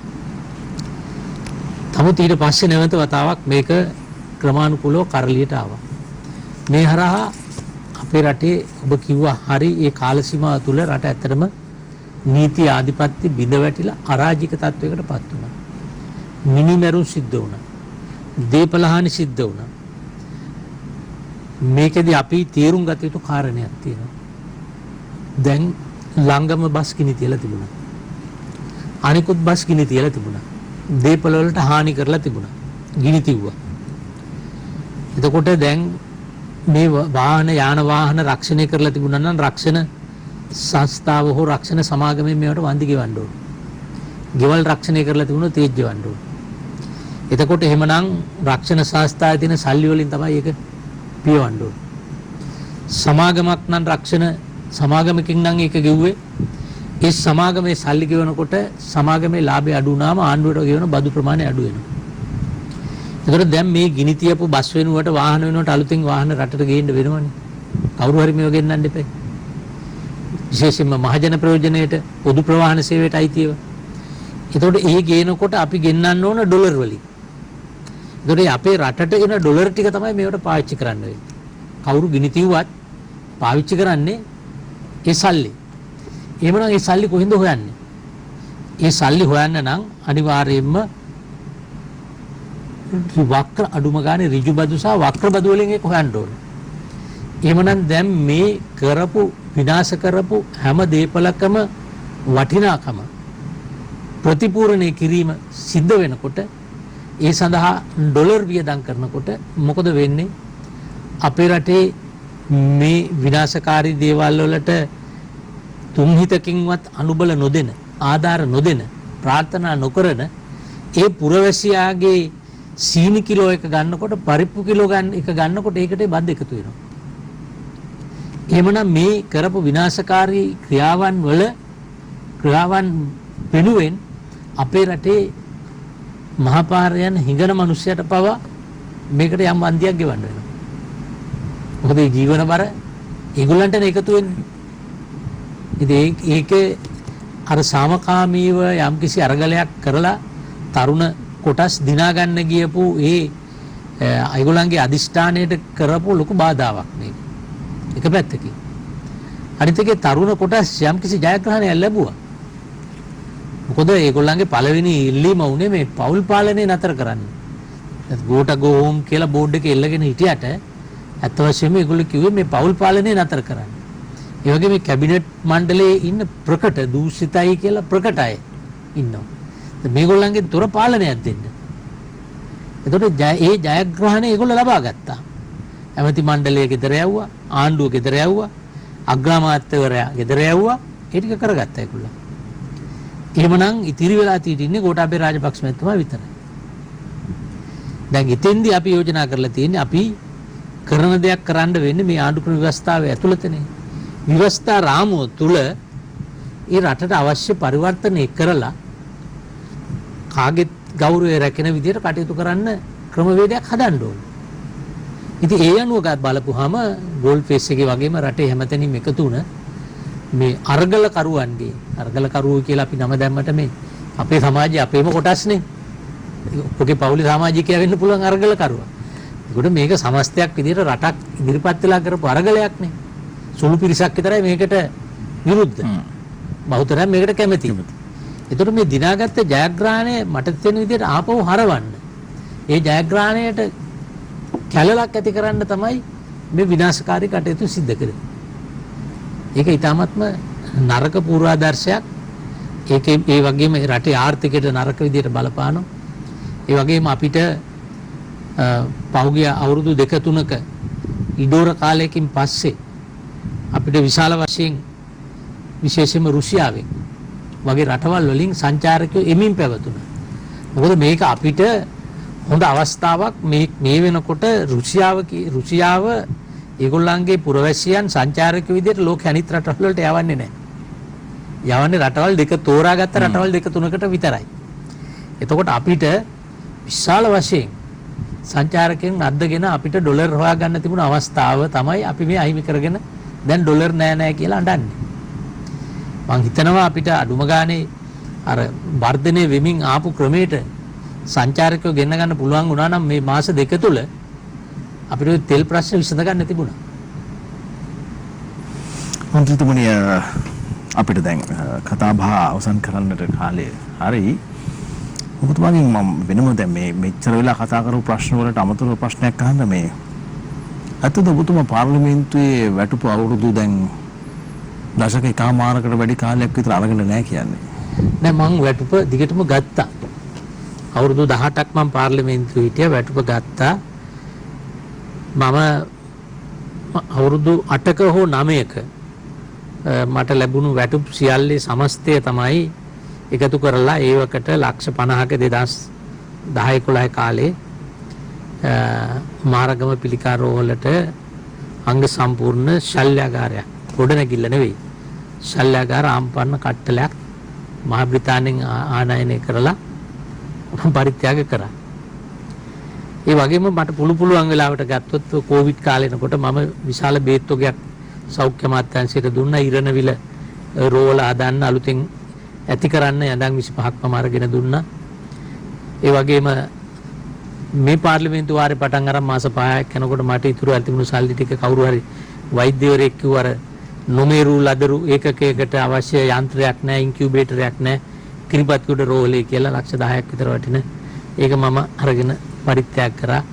ඉතින් මම ඕවා ප්‍රසිද්ධ කරේ නැහැ. හැබැයි එකක් තියෙනවා අවුරුදු 18ෙම වැටුප් මම වියදම් කරලා තියෙන්නේ බහුතරයක් ආරෝග්‍ය ශාලාවල් වලට. ඊට අමතරව දලදා මාලිගාවේ රංචි විගේ හදනකොට මගේ විශාල දායකත්වයක් මම ලබා දුන්නා. දැන් මට ආරංචි වුණා වෛද්‍යවරුන්ගේ මාර්ගයෙන් කොළඹ රිජ්වේ ළමා රෝහලේ අත්‍යවශ්‍ය ඖෂධ විශාල හිගයක් තියෙනවා. ඒ නිසා තමයි මම පාර්ලිමේන්තු මහලේකම්වරයාට දැනුම් දුන්නේ මැයි මාසෙ ඉඳලා ඉදිරි මාස 6ෙම වැටුප් දීමනා සියල්ල රිජ්වේ ළමා රෝහලේ ඖෂධ ලබා ගැනීම සඳහා ගිණුමට මාරු කරන්න කියලා. මොකද මම දේශපාලනයට මට මීට හුඟක් කලින් එන්න තිබුණා. මට 1988 තමයි සිරිමා බණ්ඩාරනායක මැතිණිය මුල් කිරිකල ආසනේ බාර අරගෙන මට දේශපාලනයට එන්න කිව්වේ. හැබැයි මම ආවේ නැහැ. මට 2000 තමයි චන්ද්‍රිකා මැතිණිය අත්තනගල්ල ආසනේ බාර අරගෙන ඡන්දයට ඉදිරිපත් වෙන්න කියලා කිව්වේ. මම බාරගත්තේ නැහැ. මොකද මම මගේ ස්ථාවරයක් තිබුණා. මම ආර්ථික වශයෙන් මගේ ස්ථාවරය හදාගත්තොත් විතරයි මම දේශපාලනයට යන්නේ කියලා. ඒ අනුව 2004 මම ඉල්ලුවේ නැහැ මැතිවරණයට කිසිම සම්බන්ධයක් උනේ නැහැ. මැතිවරණ ව්‍යාපාරේ මම හිටියා. කිසිම තනතුරක් ඉල්ලුවේ නැහැ. මමවත් නොහිතපු වෙලාවක තමයි චන්ද්‍රිකා බණ්ඩාරනායක මැතිණිය අඬ ගහලා හරියට හෙටට අවුරුදු 18ක් වෙනවා. මට മന്ത്രി ධූරය සහ ආණ්ඩු ක්‍රම ව්‍යවස්ථා සම්පාදන අමාත්‍ය කැබිනට් අමාත්‍ය ධූරය ලබා දුන්නා. මම එතුමියත් එක්ක හුඟක් වෙලා තර්ක කරලා අමාත්‍ය ධූරේ බාරගන්නේ නැතුව മന്ത്രി ධූරේ පමණක් බාරගත්තා. මහින්ද රාජපක්ෂ මහත්තයාගේ ආණ්ඩුවෙත් මම ඇමතිකම එපයි කිව්වා. හැබැයි අවසානයේ එතුමා ඉල්ලීම් කරනකොට දිගින් දිගට මම බැංකු සංවර්ධන ඇමති ධූරේ බාරගත්තා. හැබැයි මාස 5ක් යනකොට මම දැනගත්තා පී.බී. ජයසුන්දර මහත්තයා ඔක්කොම රට රිවර්ස් එකට ගෙනියන්නේ කියලා. කබ්රාලු ගේනවා කියලා කිව්වා මහ බැංකුවට. එතකොට මම ඉවලෙම ඉල්ලාස්මේ ලිපිය දීලා මම එළියට බහලා ආවා.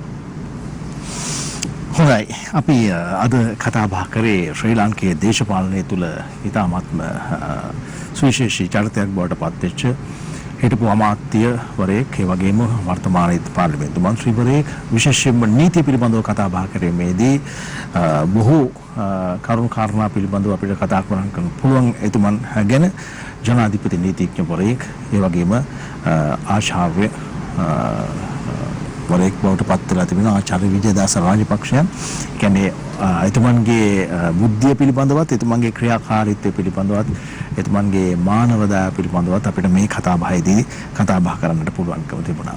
අපි බෙහෙවින් ස්තුතිවන්ත වෙන අපේ ආරාධනය පිළිගෙන අද සඳුදා සුලිය දේශපාලන සාකච්ඡාවට සහභාගී වීම පිළිබඳව ස්තුතියි. අපි සූදානම් වෙන්නේ අද සඳුදා සුලියෙන් සමුගෙන යන්නට. යලිත් හෙට දිනේදී අපි සාකච්ඡා කරන්නට බලාපොරොත්තු වෙනවා සමගි ජන බලවේගයේ පාර්ලිමේන්තු මන්ත්‍රී හිටපු රාජ්‍ය අමාත්‍යවරයෙකු වන ආචාර්ය හර්ෂද සිල්වා මහතා සමගින්. එසේනම් ප්‍රාර්ථනා කරන ඔබට සුවදායි රාත්‍රියක්. ආයුබෝවන්.